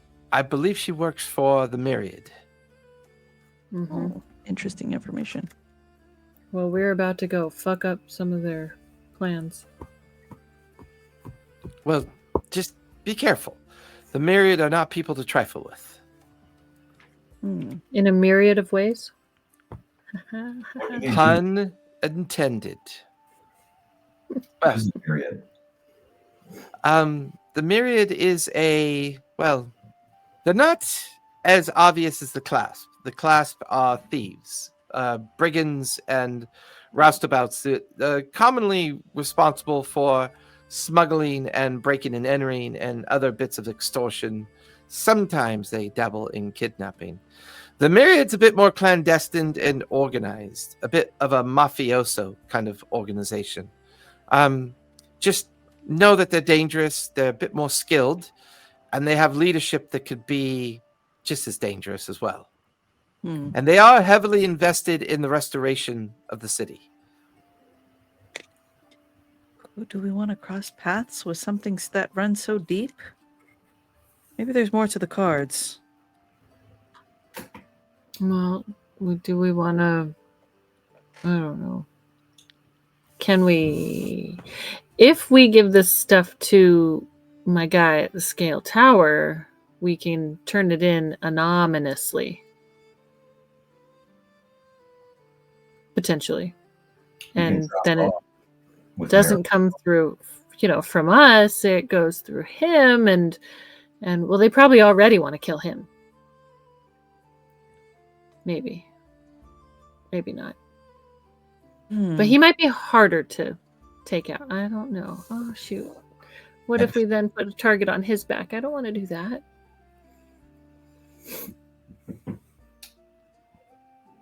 Perhaps the card, perhaps I may have misread this card. It might have also meant to be honest with Attention. those next to us. So, Lamia, what would you Yes. think? Look, I can't deny that I owe you a favor for what you've done to save my friend, but I don't necessarily want to avoid the reality that they kidnapped him. You found signs of theft and smuggling, and they tried to kill you when you tried to save him. I feel like if we don't say anything, They'll just keep getting away with it. yes. I think you should go talk to Captain Troy. Get his opinion. Okay, I think that's a good idea. let's go talk to Captain Troy. All right. And plus, we'll get to meet Captain Troy. Yeah, he sounds Oh, hot. you'll like him. He's interesting. I believe he wasn't. Oh, this isn't the first time we've heard of him. Have we heard of him before? I don't Have think we? so. No, I don't think he's been mentioned yet. No. Oh, okay. All right, never mind. So with that, you guys give your thanks to Lamia and wave goodbye to the dwarf. The dwarf does kind of, yeah, the dwarf does kind of like, but I just wanted to say thank you for what you've done. And if you ever need a fourth for any dangerous work, you can find me here. I'm pretty good at the heels, and I'm not too bad with an axe as well. We might be able to Thordaks, leave. we might actually Yeah. need you. Would you be Oh. ready to leave in the morning? But I don't see why not. Is there coin involved? Mhm. Hold on one moment. Can I confer with you guys? Mhm. Yeah, like you pull, Pull us aside, Budget huddle. and Lyra over to another table. How much could we afford to pay him? Because obviously, we were the ones directly hired for the job. Yeah, we were hired. He's told us he'd give us 100 each, right? So that's 300. We got 50 up front, 50 in advance. Right. So, Right. I think But it'd we be got- reasonable to maybe scrounge together 25 for a healer and 25 Mm-hmm. at the end of our excursion. And of course, anything found, we'd share 20% with him. Give him Mhm. Is that a good Yeah, offer? sounds good to me. Sounds good to me. All right. He All can right, always counter offer and say, "Hey, Yeah. I need some more." You know? Yeah. Start Yeah. low. Yeah. All Okay. right. All right. Is he in any shape to go adventuring? He's surprisingly in decent shape. Heals for the win. Okay, so we will turn around and we will Make the offer. I will make I'll, the offer. I'll offer the 9 if you guys can offer the 8, that will be 25 in advance. Okay. Sounds good. We'll say this is with advantage because your friends are helping you. I need a persuasion check with advantage. I'll lower the DC because it is a pretty healthy sum of money. Okay. Persuasion. I'm really great at that. Oh, nat 20. Oh, good. Plus 5.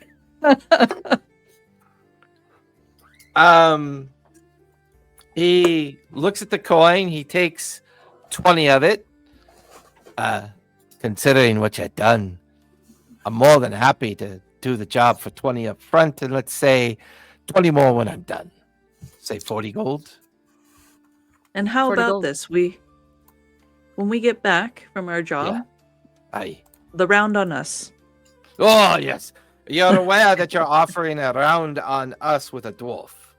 I can Whatever drink- that entails, we I will can drink ensure. a barrel, so just saying. I like Nope. me drink. All right, so I'll give up 7. If the both Okay. of you can give up 6, then that should give us our 20. 20. Sounds good. Technically, the Alright. corpses in the warehouse helped a little bit too. Yeah, Yep. there you go. So with that, you say your goodbyes to Lamia and Derek's, and you guys make your way out into the busy streets of the promenade and finding your way towards the edge of the cloud top. Here at the edge of the cloud top, you can see off in the distance the scale tower where your dragonborn patron resides. But you can also see a 3-story kind of garrison-like structure, which is called the Watch. This is a place where the Cloudtop garrisons, as well as the Promenade garrisons, will often rotate in and out before filtering into other parts of the city. You kind of walk into this area. It's drab. It's mostly stone, brick, and gravel. Equipment in the front, and you could see this tall individual. He's wearing plate mail. He's got this devilish grin. He's got like a beard and kind of goatee with long brown hair pulled up into a man bun. He's kind of got his arms crossed, and he's like bellowing out orders and instructing different guard members to do certain things. He sees the three of you milling about, and he just kind of looks over with this grin. Well, hello. Pleasure. What brings you to my neck of the woods? Lamia had mentioned that we ought to talk to you about something of great importance. Perhaps get your advice and also turn in some Lamia, information. she is so dreamy. Don't know how she's able to avoid my wiles. Are you sure she didn't send you here to convince me otherwise? Absolutely. I knew it. She can't stand to be without me. Most women, and quite a few men, can't stand to be without me either. No, I'm sorry. I was lost in the thought of Lamia when you were speaking. What were you saying? Yes. We got into a bit of a issue. Four Scuffle? men almost killed us. You have the most fascinating look. What is your name? Oh, Eldira. Eldira. Are you the tarot reader that hangs out at the Laughing Lamia by chance? A reader of fates and destiny. Yes, that's true. Oh, fascinating. I really go for that hippy dippy ship. But hey, it is what it is. I could do a spread on love. Oh what your no, outcome it is. won't do Lamia any good. She is madly in love with me. There's nothing that can Right separate my us pocket. except maybe her ledger book and her over fixation with work in the tavern. But I could offer a love potion. a Oh, do you love actually have one? potion. Do you really think that somebody with this smile requires such trifles? No, don't worry. I will gradually. She will gradually succumb to my my wiles. I'm not worried about that whatsoever. I mean, you could go for gradual, or you could go for a little bit Sorry, quicker route. Captain. Yes. Sorry. More importantly, we were Oh, attacked. yes. Oh, where were you attacked at? The warehouse, and I described the place. Yeah. He They were sits actually down. Yeah, he sits down on a nearby stool and kind of stares at the three of you as you kind of regale the story to him of what happened. Well, fascinating. So you went into the premises of a place you didn't have permission for, interfered with what was obviously a private cosplay event, probably a party of some sort. You killed people who you say were pretending to attempt to kill you. When we left, they were unconscious. They might not be dead. Well, you just described one of their heads getting blown off. That might have been cosplay too. I'm kidding, of course. You know the myriad lingers down in those warehouses. Not the Yes. safest place to wander about. You said this dwarf, friend of Lamia, would you call them close? Close like brother and friends, but- sister. Yeah. Oh, of course. Yes, of course. That would be obvious. That would be obvious. Drinking Well, I buddies. can put a small patrol together, and we can make our way down into the docks, and we'll investigate what you claim to have happened. If Lamia would not have sent you to me unless there was a dire need, and her heart was in the most tenderest of conditions. And here, you might also want Love to. potion? No, I don't require trifles like that. Look at this hair. and he lets his hair down. It goes full Fabian. Just the wind catches it. I have a potion for that too. I got one. It will make your hair impossible to resist. He immediately, really, Yes. impossible to resist. Impossible to resist. How much do you want for that one? Just a mere 5 gold. 5 gold? How do I know it's not It's snake oil impossible to or resist. tonic? How do I know it's real, that it works? You can try it. What does it do? Makes your hair impossible to resist. Give me a persuasion check. Are you like a snake oil salesman? Yes. Yep, she is. Oh my gosh. 18. 18? Very well. He hands you 5 gold. If you insist, he puts it in his pocket. I shall try this later. For now, I shall gather some of my troops. We will gallantly go and inspect the warehouse, and then I will report personally to Lamia, because I know that's in her deepest heart what she truly wants to happen. Did we decide that we were going to give him the information with I think so. the letters? Yeah. You might also if we did, because he's kind of seeming like a douche. Well, he's looking for notoriety if he can bust the smuggling ring. Yes. I'm sure he'll find what he needs to find when he's there. I don't know. He might be on their payroll. Well, let's just not. That True. potion I gave him may or may not make his eyebrows grow long. We should go. All right. Well, thank you, Captain, for your vigilance. Of course. Yes. Vigilance. That is one of my many names. Vigilance, handsome, daring, thoughtful. He's like saying this to himself as he walks away from you. You there, you 4, come with me. We have As a he's warehouse. walking away, I whisper, potentially soon to be bald. Oh no! Why would you do that, Lyra? It's supposed to be one of our helpful in tight situations. No, the one I gave him won't make him bald.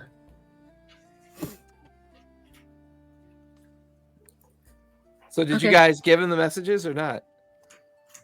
We decided not to. Okay.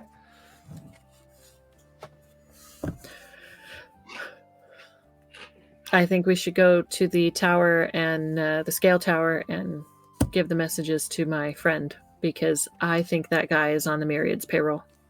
All right. All right. let's go I there. trust I would always say, trust your gut. It is the spirits guiding us. So we're trusting this individual in? Hmm? Dredovix. Wait, Dredovix? Is that his name? Dariax? Eric's? Are you talking about the dragonborn? Yeah. It's Davorix. Davorix. Davorix. I really have them mixed up. I want to call the dwarf Davorix and the Oh, those infallible D's. I actually have a NPC named Dredovix in one of my games, so I just threw that in there. All right. We'll make our way over to your friend in the scale my tower. big D dragonborn. Yes. Less than an hour later, as you're moving through the busy streets, you arrive at the scale tower. The caretaker immediately recognizes you and guides you up the tall tower to Davorix's chamber. The door is open. You can see that he is currently sitting at a table with big stacks of papers around him. He also has a very large box open filled with gold and platinum. He seems to be taking money out of it and doling it out into smaller pouches and bags, and kind of looks up. Oh, well, I wasn't really expecting to see all of you so quickly. Did you already finish your research up at the cloud top at Thordaks Scar? No, we ran into a snag, and I wanted to ask your opinion. on it. Oh, So we of course, have a seat. Have a seat. He tell him waves about.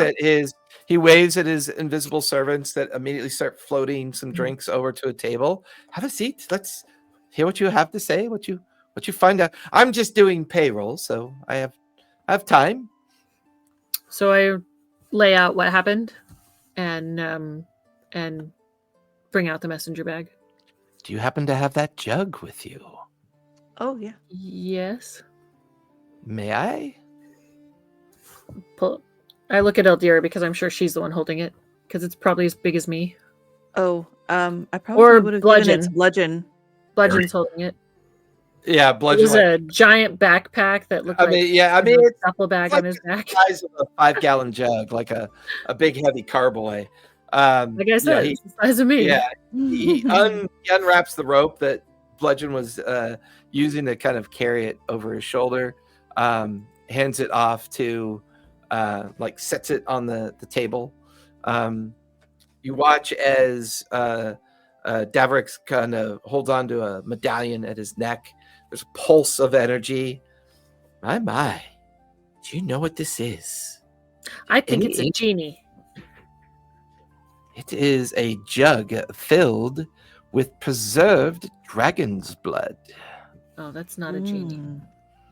That is interesting. This is What do by you do with far preserved some of the most dragon- rarest and illicit commodity you could ever be in possession of. Oh. Ooh. Well, we found it in the smugglers. Well, that Boxes. explains that they are truly smugglers. This is fascinating. What do Fascinating you indeed. do with it? Oh, you could make all sorts of alchemicals with it, of course. Enchantments. You can. Here, let me show you. Bludgeon, can I borrow your sword for a minute? You hand it to him. He immediately pops the lid off the jug, and you smell this kind of. It smells like heavy copper. It's this like dirty copper dirt smell that comes out. Like old penny. Yeah, and you watch as he kind of grabs this strange tool and he dips into the jug. And as he pulls out this small little dose of this thick, viscous, kind of brackish black liquid, he then goes over and he opens up a small box and he pulls out some silver dust. And in combination with the silver dust and the dragon's blood, he begins to murmur to himself as he casts a spell and he puts the silver dust and the blood across Bludgeon's blade. It kind of lets out like a smoking, acrid smell, a little arcane ozone smell in the air. He hands it back to Bludgeon. For the next 24 hours, you have advantage on all attacks. Oh. Well, I So think you that can would do come- simple enchantments. You can use it to make potions. Usually, dragon's blood. Is that you, Callista? Yeah. Usually with dragon's blood, because of its strength and its innate magical resistance, it's good for resistant potions and strength potions and healing potions as well. Nice. That's cool. I should learn how to do that. Big question of the day is, what do you intend to do with it? Oh. We didn't really think more past taking it. Yes, to be in possession of it, you would immediately be executed. I don't want to do Wow. This single jug goes for about 5,000 gold, that. That's a lot. which is an incredible amount of money. Oh my gosh. Oh. Would you like it? Bludgeon takes a step back. Would you like to take it? Would you like to wear the ring, Gandalf? Yeah. Well, I do have a friend who goes by the name of General Raya Silvershroud. He is responsible for the Master of Defense of the Cloudtop District. I'm sure that I could convince him that through the, how should we say, the bowels of my tower, I accidentally stumbled upon it and would require some kind of waiver or ability to avoid entanglement in the illicit trafficking of blood dragon blood. Let's say in compensation, I will begin to make all of you little charms and other things you can use as part of your travels and other responsibilities. It'll take time. I can make healing potions for you, as well as other charms of benefit.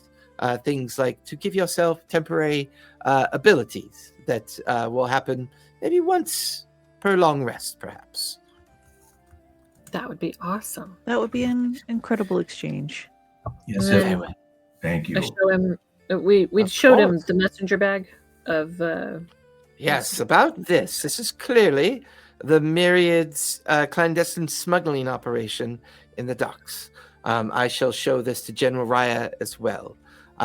She is someone I trust, and it's my contract with her that allows us access to Thordaks crater. So she has an We- vested interest in my well-being as her own. We told Captain Troy, and well, he just kind of sounded kind of douchey. Oh, that dullard! All he cares about is hair, good looks, and where his next fun time is coming from. Well, Right. his hair may or may not fall out, and his eyebrows may grow down. to Lyra, his are you chin. practicing your? No, You know that's gotten you in trouble in the past. I didn't do anything. You have the worst poker face. What did you sell this time? A hair tonic? A love potion? No, it's just a potion that'll make him, regularly go to the bathroom. Why would you do that one? That's terrible to do.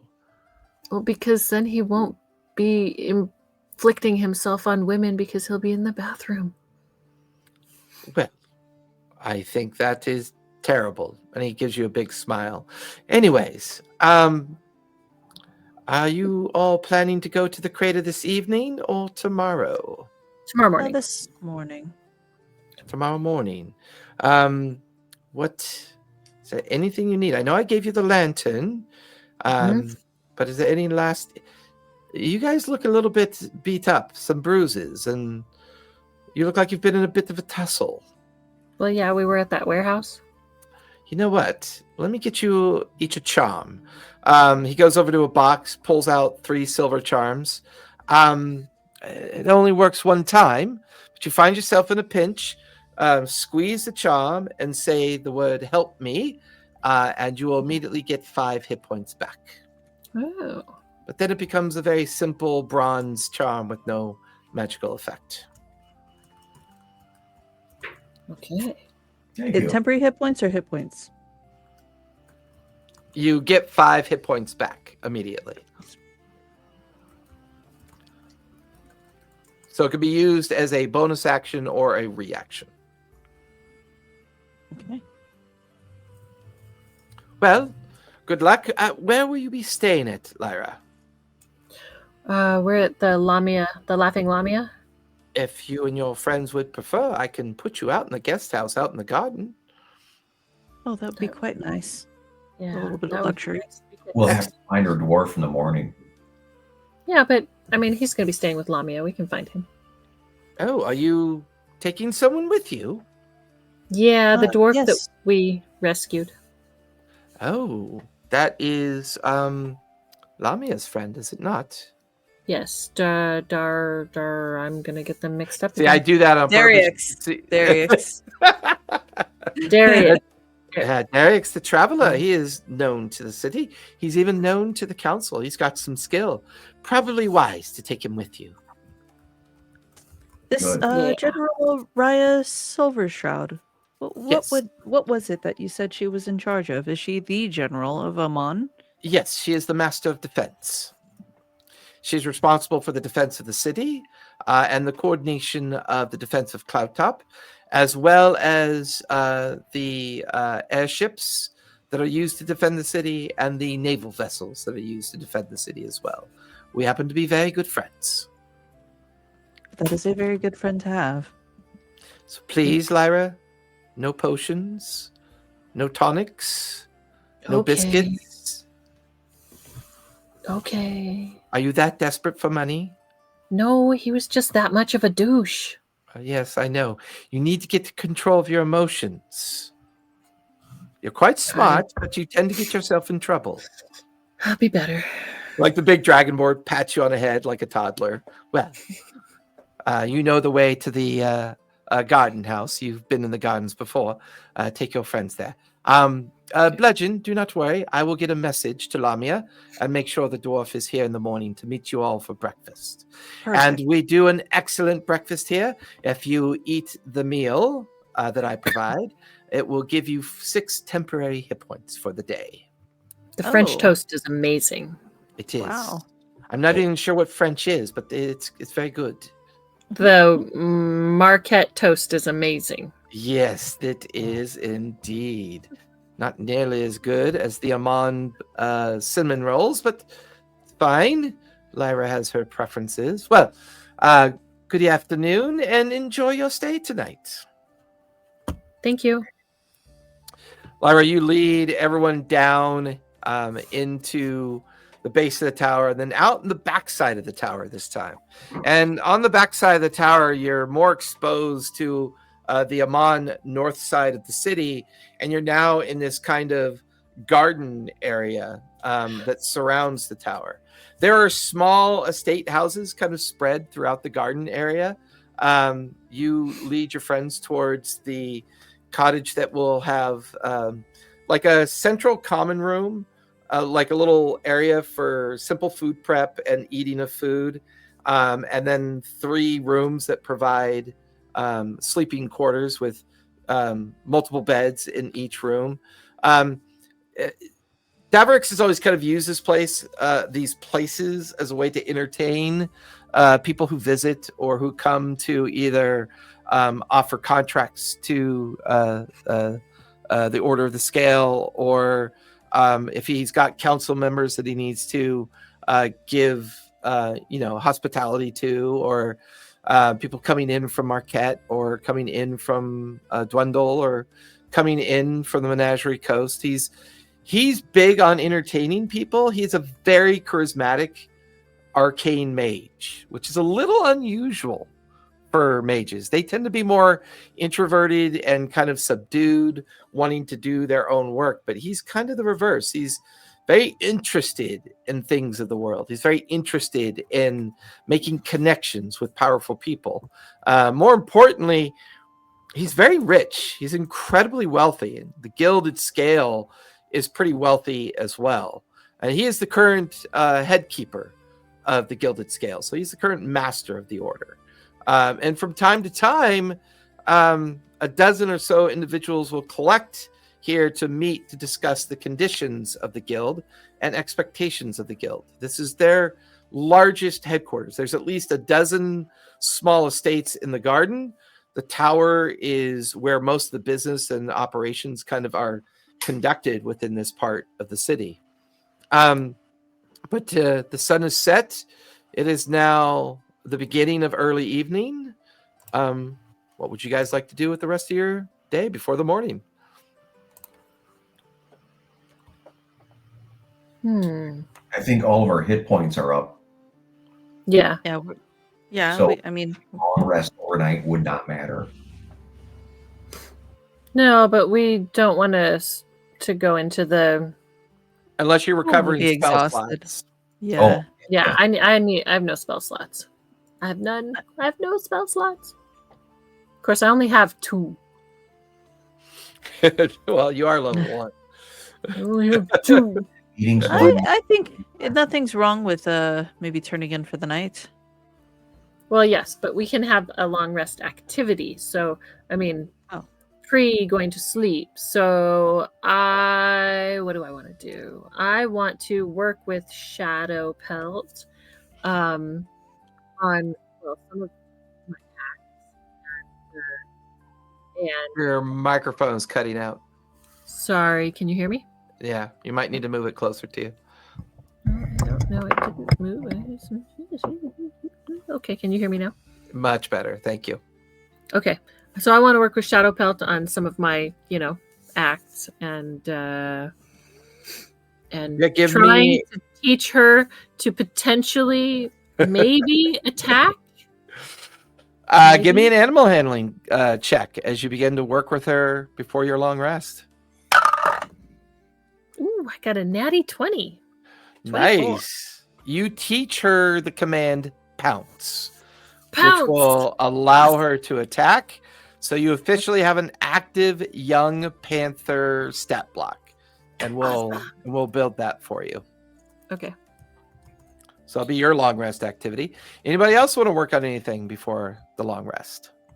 And a long rest activity can be anything. You could read a book, you could study, you could wander the gardens, you could whatever you think that would interest your character before they take that sleep. I'm going to clean my crossbow, the heavy one I just got. Give me, are you better at perception or investigation, Bludgeon? Let me look.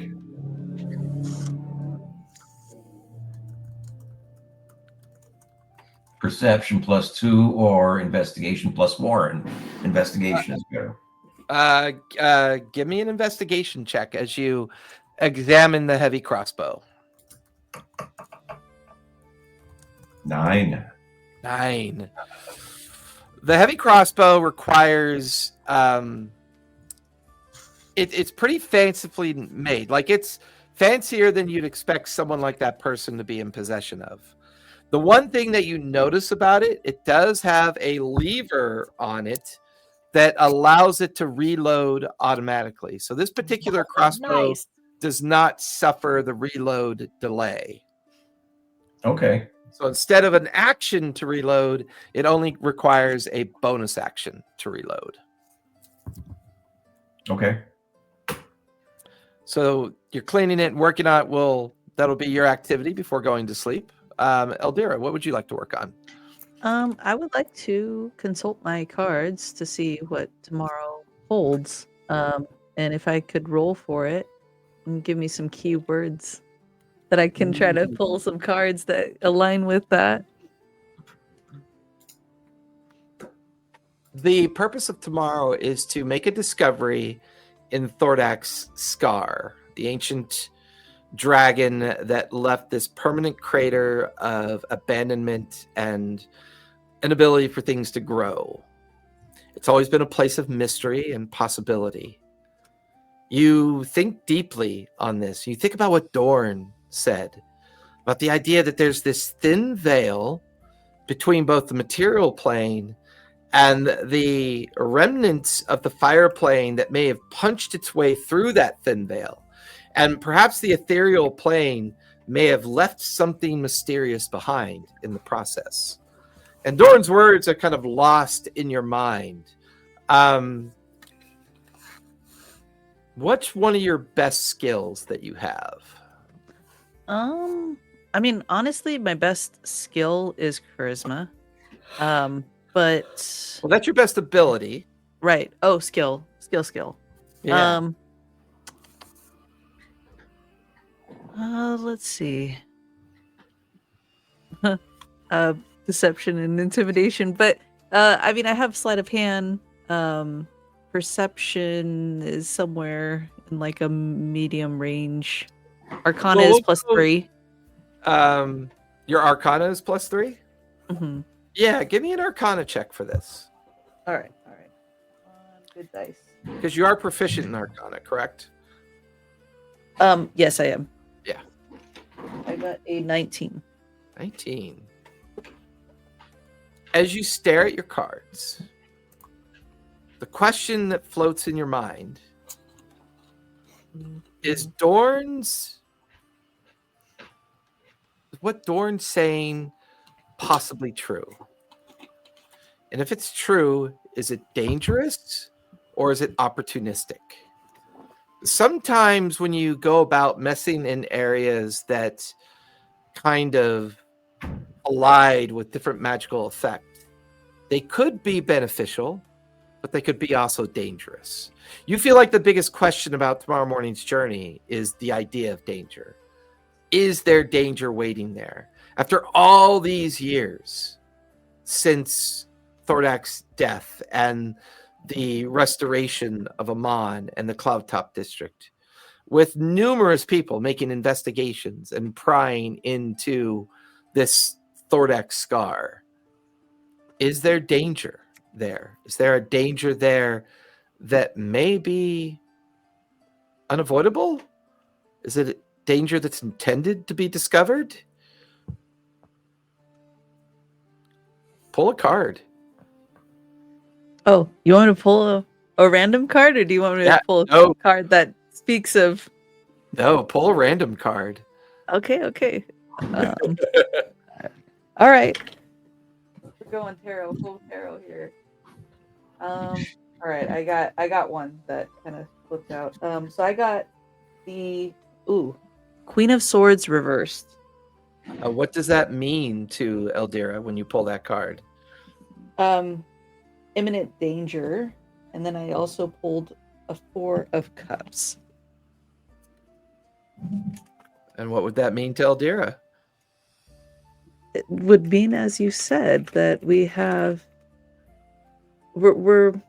traveling into the unknown, and there is a danger on the horizon. But with the 4 of Cups, that is for benefit. Give me a wisdom save, if you would, please. Okay, wisdom save. Let's see. I rolled a 13 and my modifier is 0, so just 13. 13.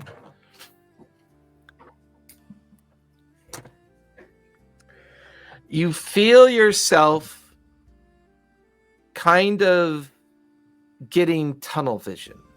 Your mind softens. You no longer hear Bludgeon muttering to himself about the condition of the crossbow. The sound of Lyra's voice in the background kind of urging her panther to pounce. All that noise just fades. You feel a connection with that card. A tendril of energy begins to pulse from the card. It wraps around your hand, around your arm, and you feel your spirit self detach from your body. You find your spirit self looking at your physical self, who is just kind of lost in a trance with a card in their hand. You feel yourself drift out the open window of the cottage, and you are now drifting. You're still tethered to your physical self. You can see the thin, white, radiant glow of that tether. But the translucent nature of the card takes you further away from the cottage, away from the edge of the Cloudtop District, until you find your spiritual self landing amongst the scar. You're amongst the crater.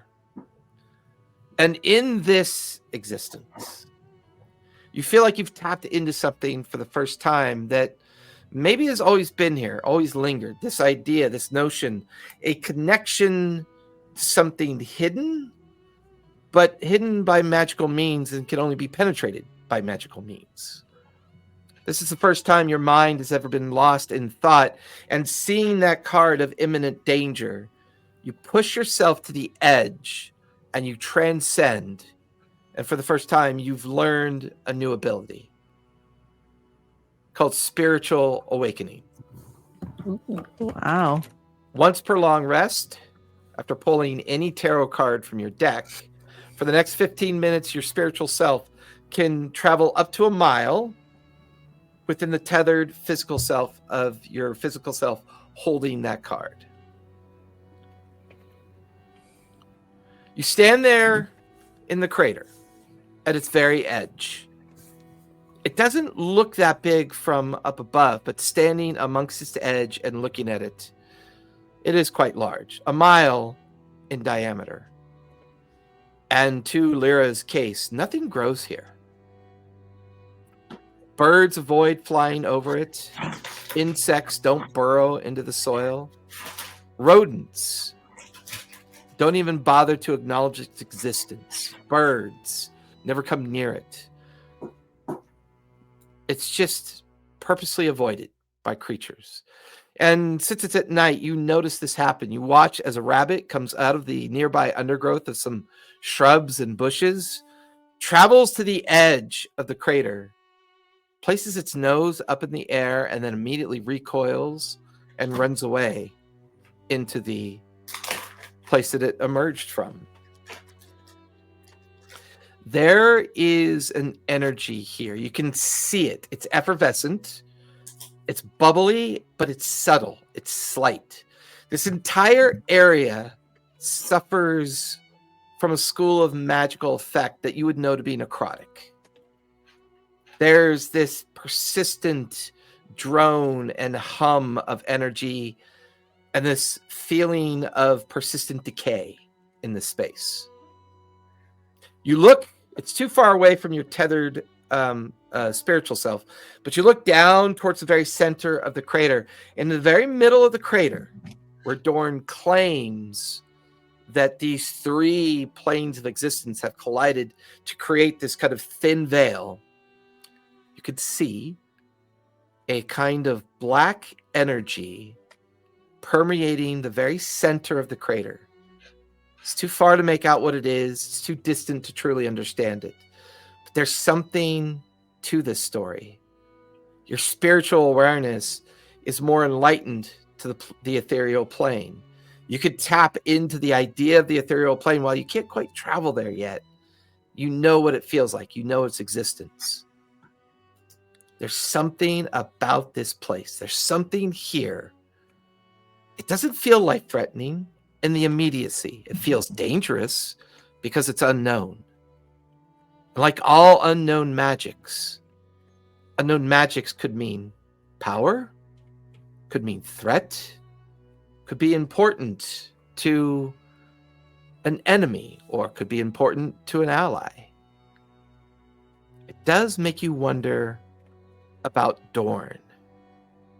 And it's very interesting because as you lose your thought on the idea of Dorn, you look over to your left as you got a few minutes left of this spiritual awakening.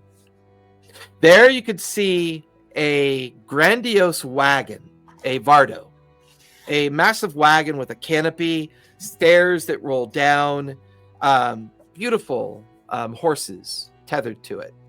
And there you see, sitting at a wooden table, enjoying a bottle of wine, you see Dorn. He's working on what appears to be a sketch. He's got it in his lap. Your essence drifts over, and he is sketching the crater. More importantly, he's sketching this strange energy that he believes exists in the center of the equator, or of the crater. But Dorn seems a bit younger. Rather than the wizened face of an engineer, his face feels strangely younger. His hair a bit fuller and longer. And then you realize this isn't Dorn, because coming from out of the Vardo is a much older version of the young person that you're looking at. This must be a son, or a nephew, a cousin, or a family relation. Dorn's voice begins to echo. Ah, my son, your sketches get better every single time you practice. The younger man looks back at his father. Father, do you really believe that there's something to this crater? I mean, even the great Caleb has taken time to look at this place, and he has yet to discover anything. And some have said that he was the one that broke the riddle of Vecna's phylactery. Yes, well, Caleb's been a good mage for a long time. He's also limited in the scope of his principles of understanding the physical of arcane existence and the metaphysical existence. Some people see it, and some people don't. I am convinced that in the very center of this crater, given the right opportunity and the right, how shall we say, and for the briefest of moments, Dorn looks right at your spiritual self. You're not sure if he can see you or not, but his next words are, and somebody with a knack for understanding the unusual. At that moment, bam! The spiritual awakening tether recoils you back to your physical self. Your eyes open. You take in a deep breath as you are now back inside the cottage.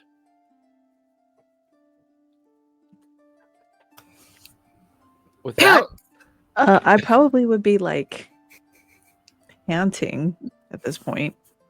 You would everybody you would definitely notice that you're yeah, yeah. like having like a hyperventilating for sure, just because this experience was so overwhelming, and it's something I've never done before.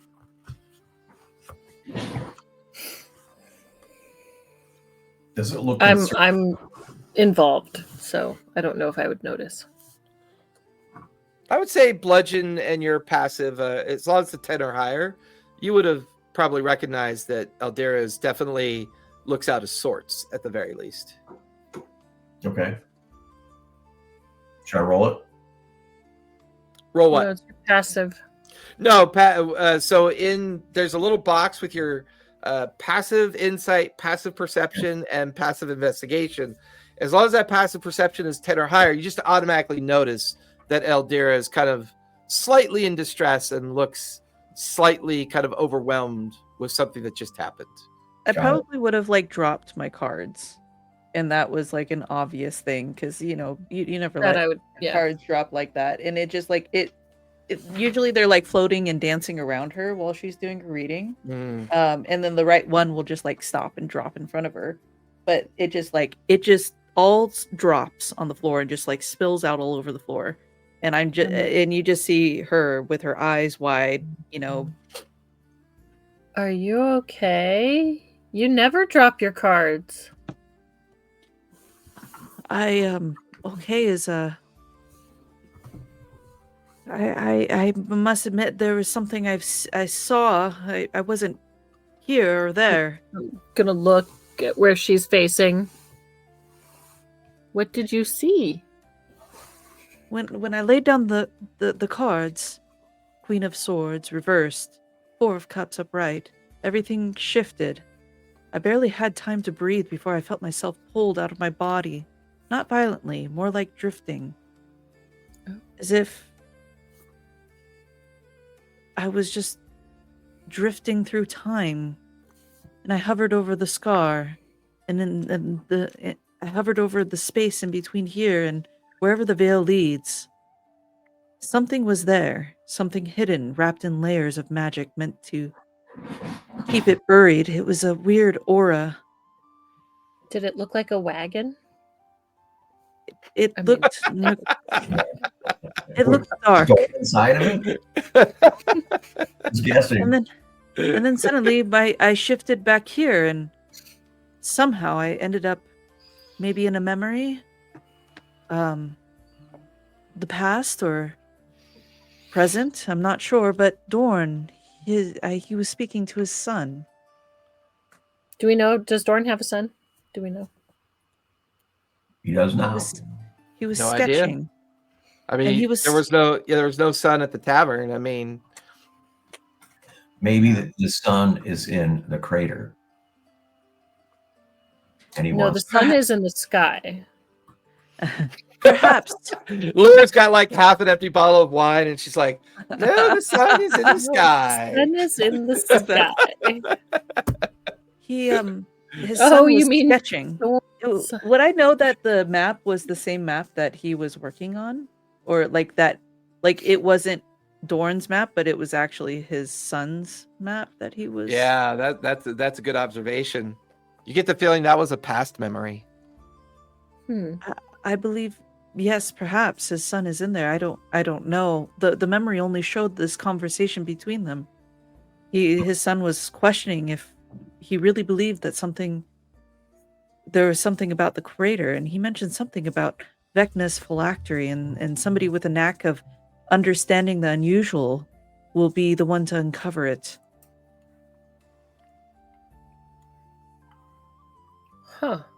I don't know if I saw the past or the future or memory, but it makes me wonder about Dorn and what he truly knows.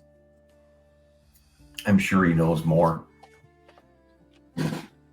Maybe he told us to get a sample, but maybe there's more to the story.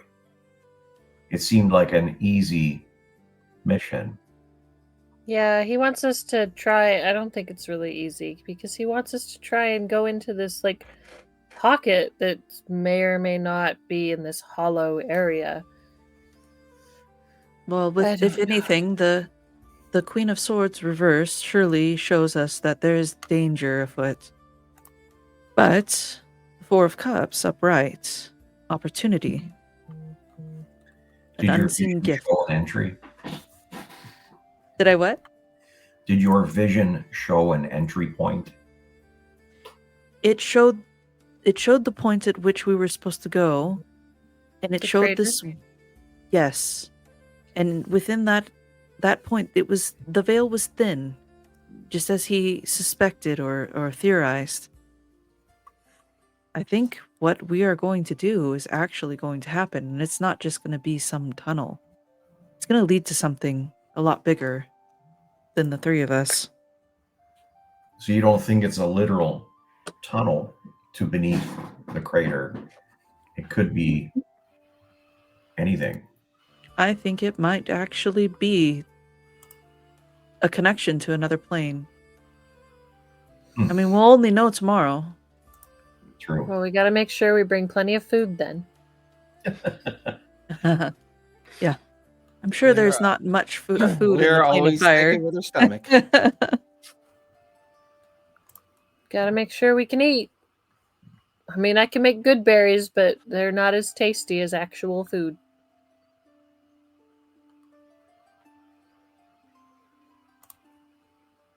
Okay. Any- Well, I think I should turn in.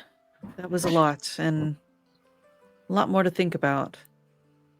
I'm curious if Dorn is sending us on a ill-fated mission, or if he had some nefarious intentions. Well, I guess we'll only know when. I hope he didn't have nefarious intentions. As we sleep, should we post a watch, or do we trust your benefactor? I trust him. All right. I'll sleep with But- one eye open. We can post a watch if you want to post a watch. We have plenty of time. I think I'll turn in and get my full rest. I trust you, Lyra, and your judgment.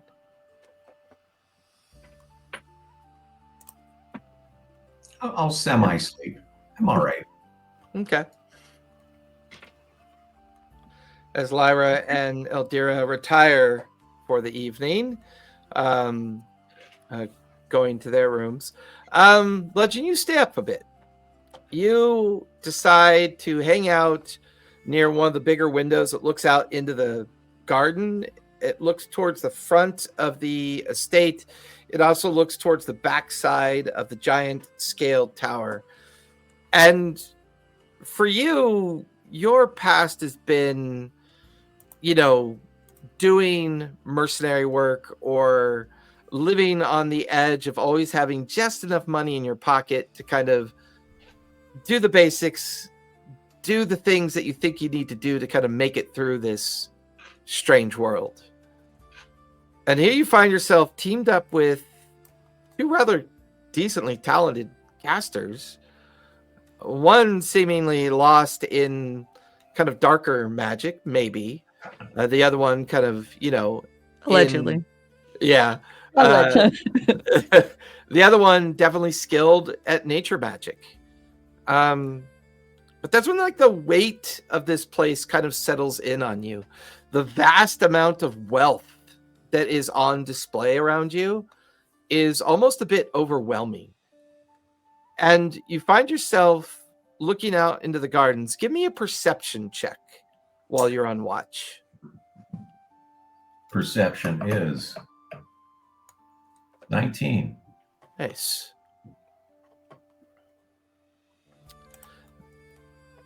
There is a moment that you see a figure out in the garden. You recognize the silhouette of the dragonborn Dravorak. He seems to be sitting near a private garden space, a place that appears to be maybe like an altar or some kind of dedication. There is like a topiary of kind of strange looking mystical beasts. There's a stone garden bench that he's currently sitting on.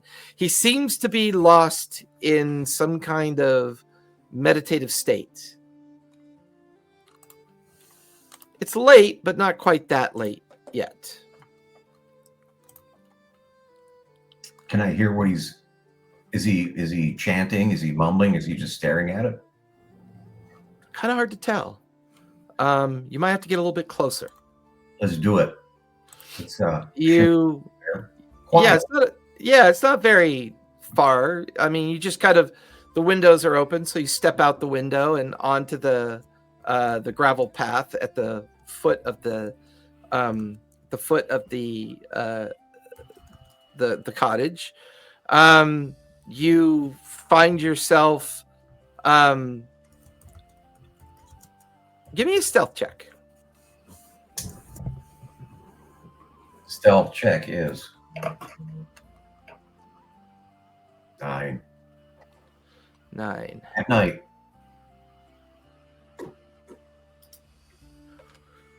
Have you sent me a backstory yet?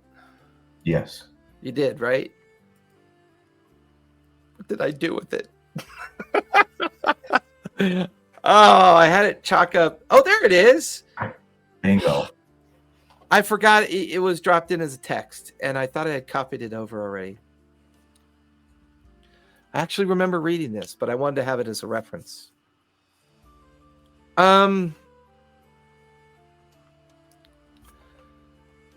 There is a moment where you start trying to get a little bit closer, and you catch something poking at your mind, and you hear a voice in your head. Hello, Bludgeon. What brings you out this late at night? The dragonborn never turns or changes, but you recognize the voice. You're a good 150 feet away from where he is, but he's clearly using, or 110 feet away from where he is, he's clearly using message. You can join me if you'd like. I assure you I'm doing nothing nefarious. And who is this? That's me, Dravorak, of course. He turns over to look at you slightly behind him. He smiles at you. He stands and he kind of bows towards you. Please, join me. I'll walk over there. You walk over and you kind of, he points to the nearby chair or the bench that he was sitting on. Can you tell me about your past, Bludgeon? I wish I could. However, at one point, I had a great adventuring party. And something happened along the way that I am not sure of.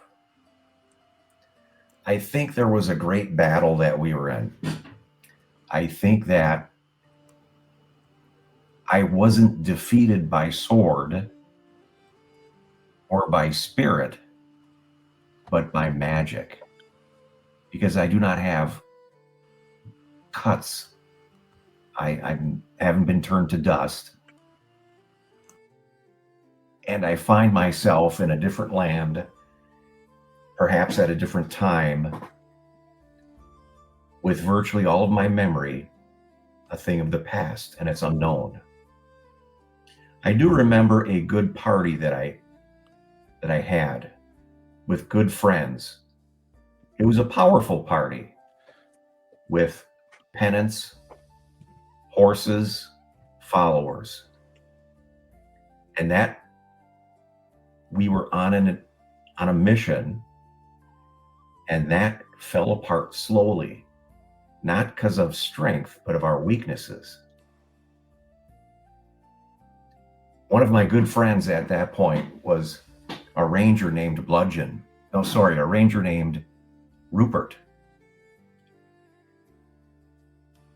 And one day, as we were getting ready for the weeks prior to our departure, a woman met Rupert, and he fell madly in love, and he just didn't pay attention to anything else. All of the gold, all of the investment that we had for this endeavor suddenly dried up quickly. He didn't pay attention. He didn't pay attention to his minions, his troops that were very loyal. He was one of the best fighters that we've had. And within weeks, it was a complete loss. His whole army was just a fraction of what its capability was quickly. I remember 2 twins that were twin orcs. The orcs were solid. They were loved by all peoples, from dwarves to elves to humans. They were solid and you could rely on them. And I remember we had a cleric, and many times clerics are celibate and some are not. And he was, until another woman entered the fray. And I'm a very diligent person. I'm putting together this whole operation. And he started to make claims of marriage quickly. His organization fell apart. His followers departed rapidly within weeks. So within a matter of weeks, our entire army was falling apart. And I could clearly see something was afoot. And it wasn't what we were doing. It was the followers that were attracted to us were eroding at us slowly but surely. And they were all captivated. In a way, it was like the mariners talk of sirens of the ocean and the deep. They were almost like sirens of the land. They captured their imagination and their attention, and you couldn't get them refocused again. And I think that might have happened to me. And I found myself wandering the streets of this town. I went to the thing I know best, taverns, and I found some solace there. Legend. That may be both the saddest and most interesting thing I've ever heard of before, but would you be surprised to believe me that I think I understand what might have happened to you? I would like to know, yes. They are twin gods. They are known as the gods of fate. One goes by Ithitha, and the other goes by Kosith. You see, when the divine gate during the apogee solstice had collapsed, and the god killer known as Predathos was released upon the material plane, a very brave individual absorbed that energy and that power and contained the god killer within her. It cost her greatly, though. Her freedom is now constrained by the threat of what she's possibly capable of. The gods turned away from the celestial gate, and in doing so, well, their wrath, as well as their forgiveness, collided with the idea of their beloved children that holds their faith. I am a creature of the arcane. My mind and my power is drawn from the weave. And he holds up his hands, and tendrils of energy just suddenly appear out of nowhere, absorb into his hands, and disappear back into the empty spaces around him. I believe that you are involved in a final confrontation with an entity called Vecna. There was a great battle that took place in Vasselheim some 25 years ago now. It involved amazing heroes, and people of great strength and great will, but many perished in the fight.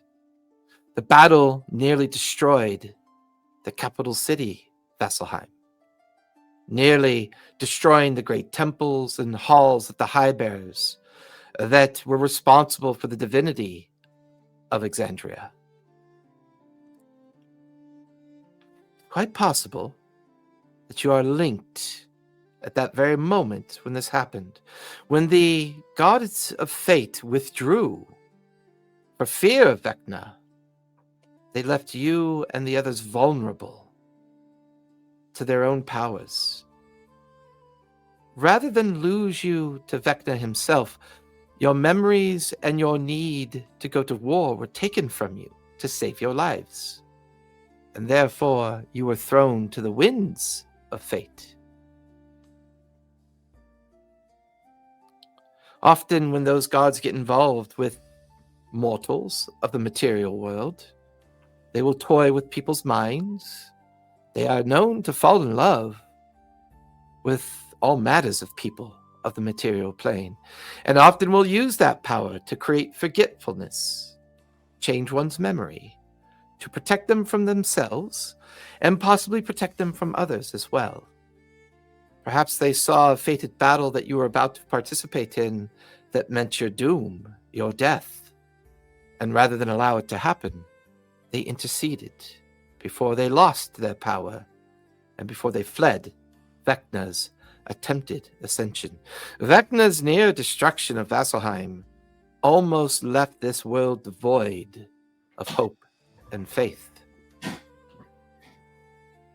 I think that is connected to your past. Look towards the past. There is a library here in Emon, in the Cloudtop district, in the castle itself. It is by far one of the greatest gifts that was left by Emon himself, the great founder of the city many hundreds of years ago. This library, I've seen it, and it is a wonder to look at. The histories of the world take you all the way back to the beginning, all the way up until the current affairs of this world. Maybe when you and your friends have time, you can take a journey there. That's an excellent idea. But don't lose hope, Bludgeon. Sometimes our memories come back when we least expect it. Sometimes our memories are gone due to trauma. Sometimes our memories are gone because it's meant to keep us safe, to keep us hidden from dangers that maybe we're not quite prepared to face. Lyra has become a most valuable student to me, and knowing that you'll be there to protect her gives me hope. Certainly. I don't know exactly what Dorn has in mind, or what he thinks that crater is capable of. My magics tell me that there is something there, but not quite what he thinks, but also not quite what I expect. It's almost as if what's there has been growing almost like a tumor, slowly waiting, gathering itself, eating away at the rot of that place, waiting for an opportunity. I just don't understand what that opportunity is yet.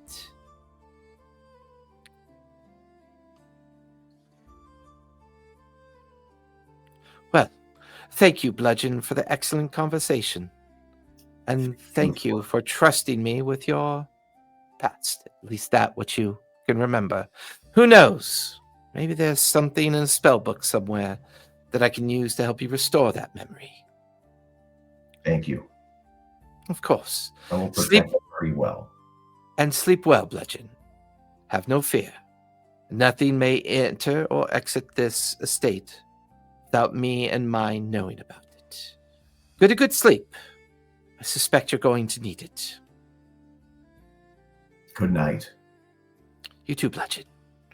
The tall, majestic dragonborn stands to his feet, gathers himself. He never really walks. He never really seems to have to. He always seems to glide when he moves. You watch as he just kind of levitates off towards the tower and disappears into the interior of the tower as you make your way back to the cottage and settle in for your long rest. With that in mind, let's go ahead and level up to 2, if you would be so Yes. kind. Yep. Whoa. Let's do level 2.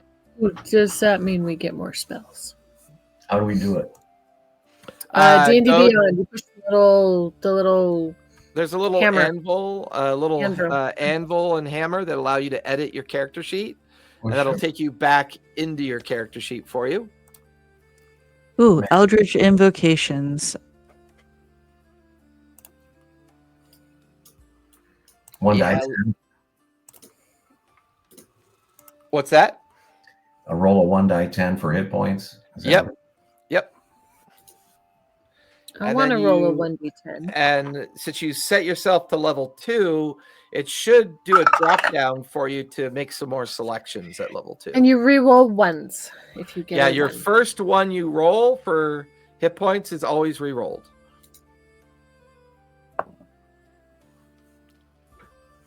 May I take the invocations from 2014 since they don't really have a list? 2024 doesn't have invocations? No, none of them come up. 10. Really? The only ones that come up is from the expanded core rules, and that Oh, is- you know why? Because you can't do invocations now till level 3 in 2024. Oh. Then why did it? Okay, 2014, you may want to go to your homepage and exclude 2014 rules. That way it doesn't Right. get confused. One of the big changes in 2024 rules, which has encouraged people to play level 1 and level 2 now, is you don't actually get your subclass until level 3 now. Hmm. So that So- way I you knew have about 2 levels. I knew about that, but Yeah, that way you have 2 levels to play around with whether or not you really want to be that character to begin with. I'm gonna actually delete my class completely to make sure that I chose the one. Yeah, feel free. And That remember, was levels 1 correct. through 5 are meant to be mistakes Get and meant to retconned. be retconned. So I don't cap you at retcon until after level 10. So once you hit level 10, you can no longer retcon. So as you're developing your character, if you pick up a feat or you pick up something that you just decide you don't like and you never use, you can always at the next level up go back and change it if you choose Oh to. no! At first level, I get Eldritch Invocations. I was Correct. not fully loaded. Yeah, there you go.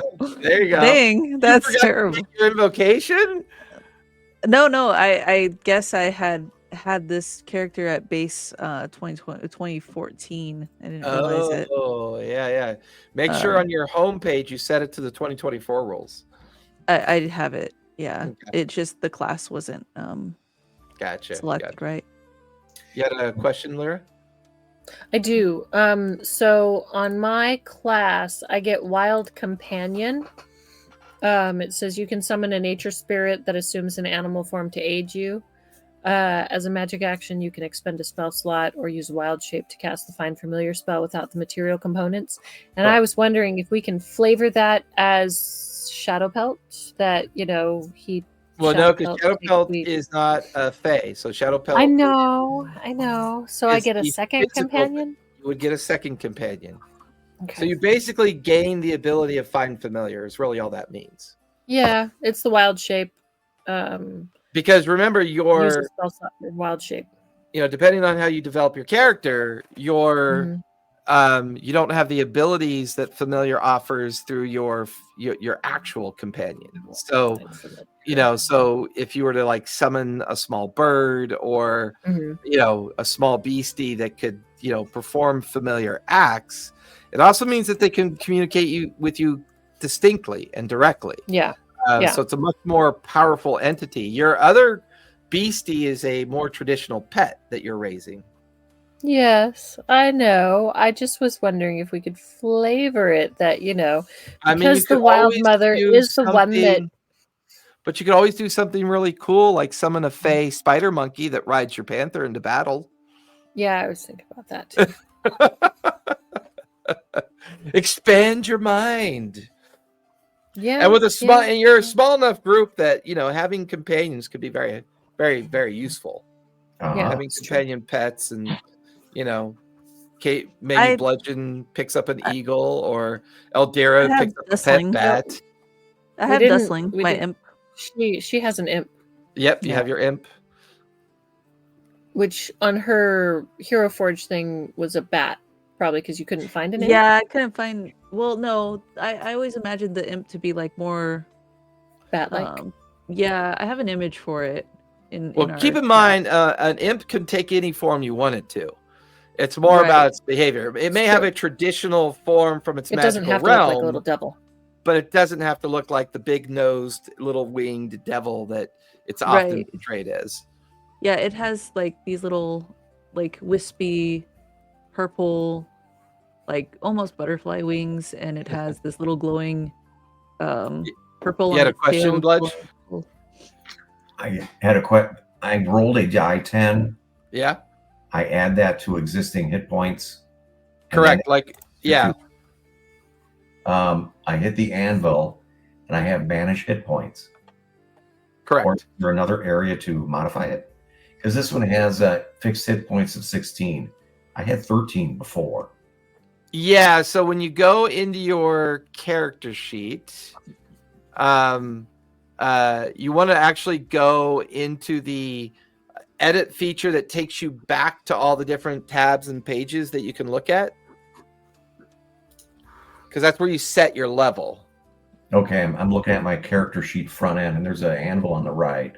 Yeah, when you click on that, what happens? I go to character builder, step 1 class, step 2 background species.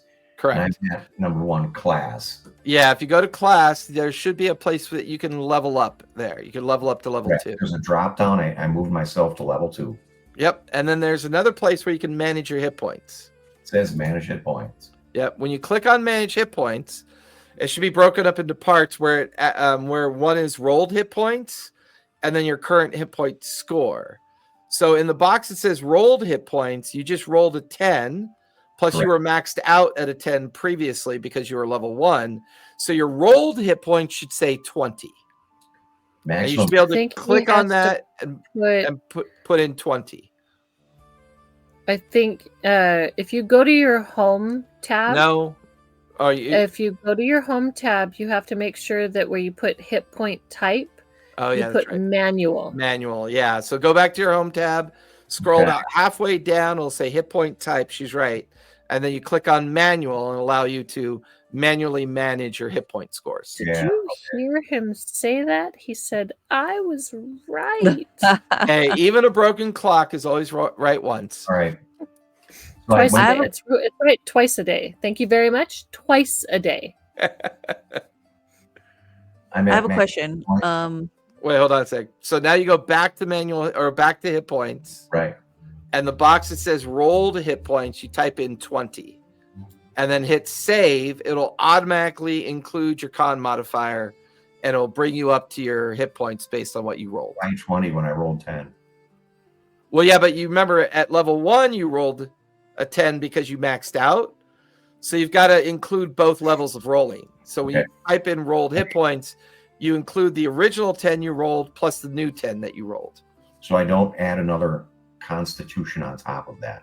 No, the con is it added does- by D&D. It does it by Yeah. itself per level. So for every level that you go up, you get the con bonus. So it'll do it automatically. Because All right. you're plus 3 on con, right? Let's go to the sheet. +3 on con, correct. Yeah. So when you make that manual change to your hit points and then you hit save, it Yeah. knows that you're level 2, so Level- your hit point pool will be 26. It is. I got it. Cool. Go ahead, Eldera. What'd you have? Oh, I just wanted to know, is Lyra going to take or prepare Detect Magic? I have the capability to take it, but I'd because I'm very finite with my spells. Yeah, I can do detect magic. I have 3 spell slots. And it's right now, but I can prepare 5 spells. Okay, so if it's part of your prepared list, I'd rather not double up on that. Do you want me to take detect magic? Because I can do it. Yeah, and then I'll just take something like. It's also I can ritual cast it too. That'd be great. Yeah, reserve. So some. it takes 10 minutes, but if as long as I prepare it, I can ritual cast it, and then it doesn't take a spell slot because it's got the R next to it. I'm wondering, with a dangerous place that we're going into, or could be dangerous, if maybe perhaps taking on like Expedious Retreat. Ooh, that's it's only a self cast. But It's that not would- really going to help. That would be good for that would be good for you though, because you're likely the squishiest of us. Although, But I could I also think you take. and I are the squishy. I don't know with that Eldritch Blast. She's kind of a glass cannon now. Definitely a glass cannon, but she's still. I mean, what's your AC? 13. Yeah, that's Yeah, pretty I think you're the squishy. squishiest of us. Mine's 15, and I think his is 17. Bludgeon, what's your AC? 15. Oh, 15. So he and I are both 15, and then you're. Or I could take Charm Person, but I don't know how many people will I be took really Charm coming Person. across. Oh, okay. Then I'll took- take Expedious Retreat. Just Expeditious Retreat. One of my So, favorites. Get out in jail case- free card. yeah, I mean, in case I need to move like 60 feet, and then Yeah. a good I mean, spell. 120 feet of range for my Eldritch Blast. Plus, I took Repelling Blast as an invocation so Nice. that it would just fling someone. So with that in mind, is everybody good for next Tuesday? Everyone good on the schedule for next Tuesday? All I good. think so. I'm going to go ahead and end the recording now, but everyone don't go anywhere yet. A shadow stirs on the mountain high. Whispers dance where the eagles fly. The earth it hums, a warning cry. The world awaits the brave.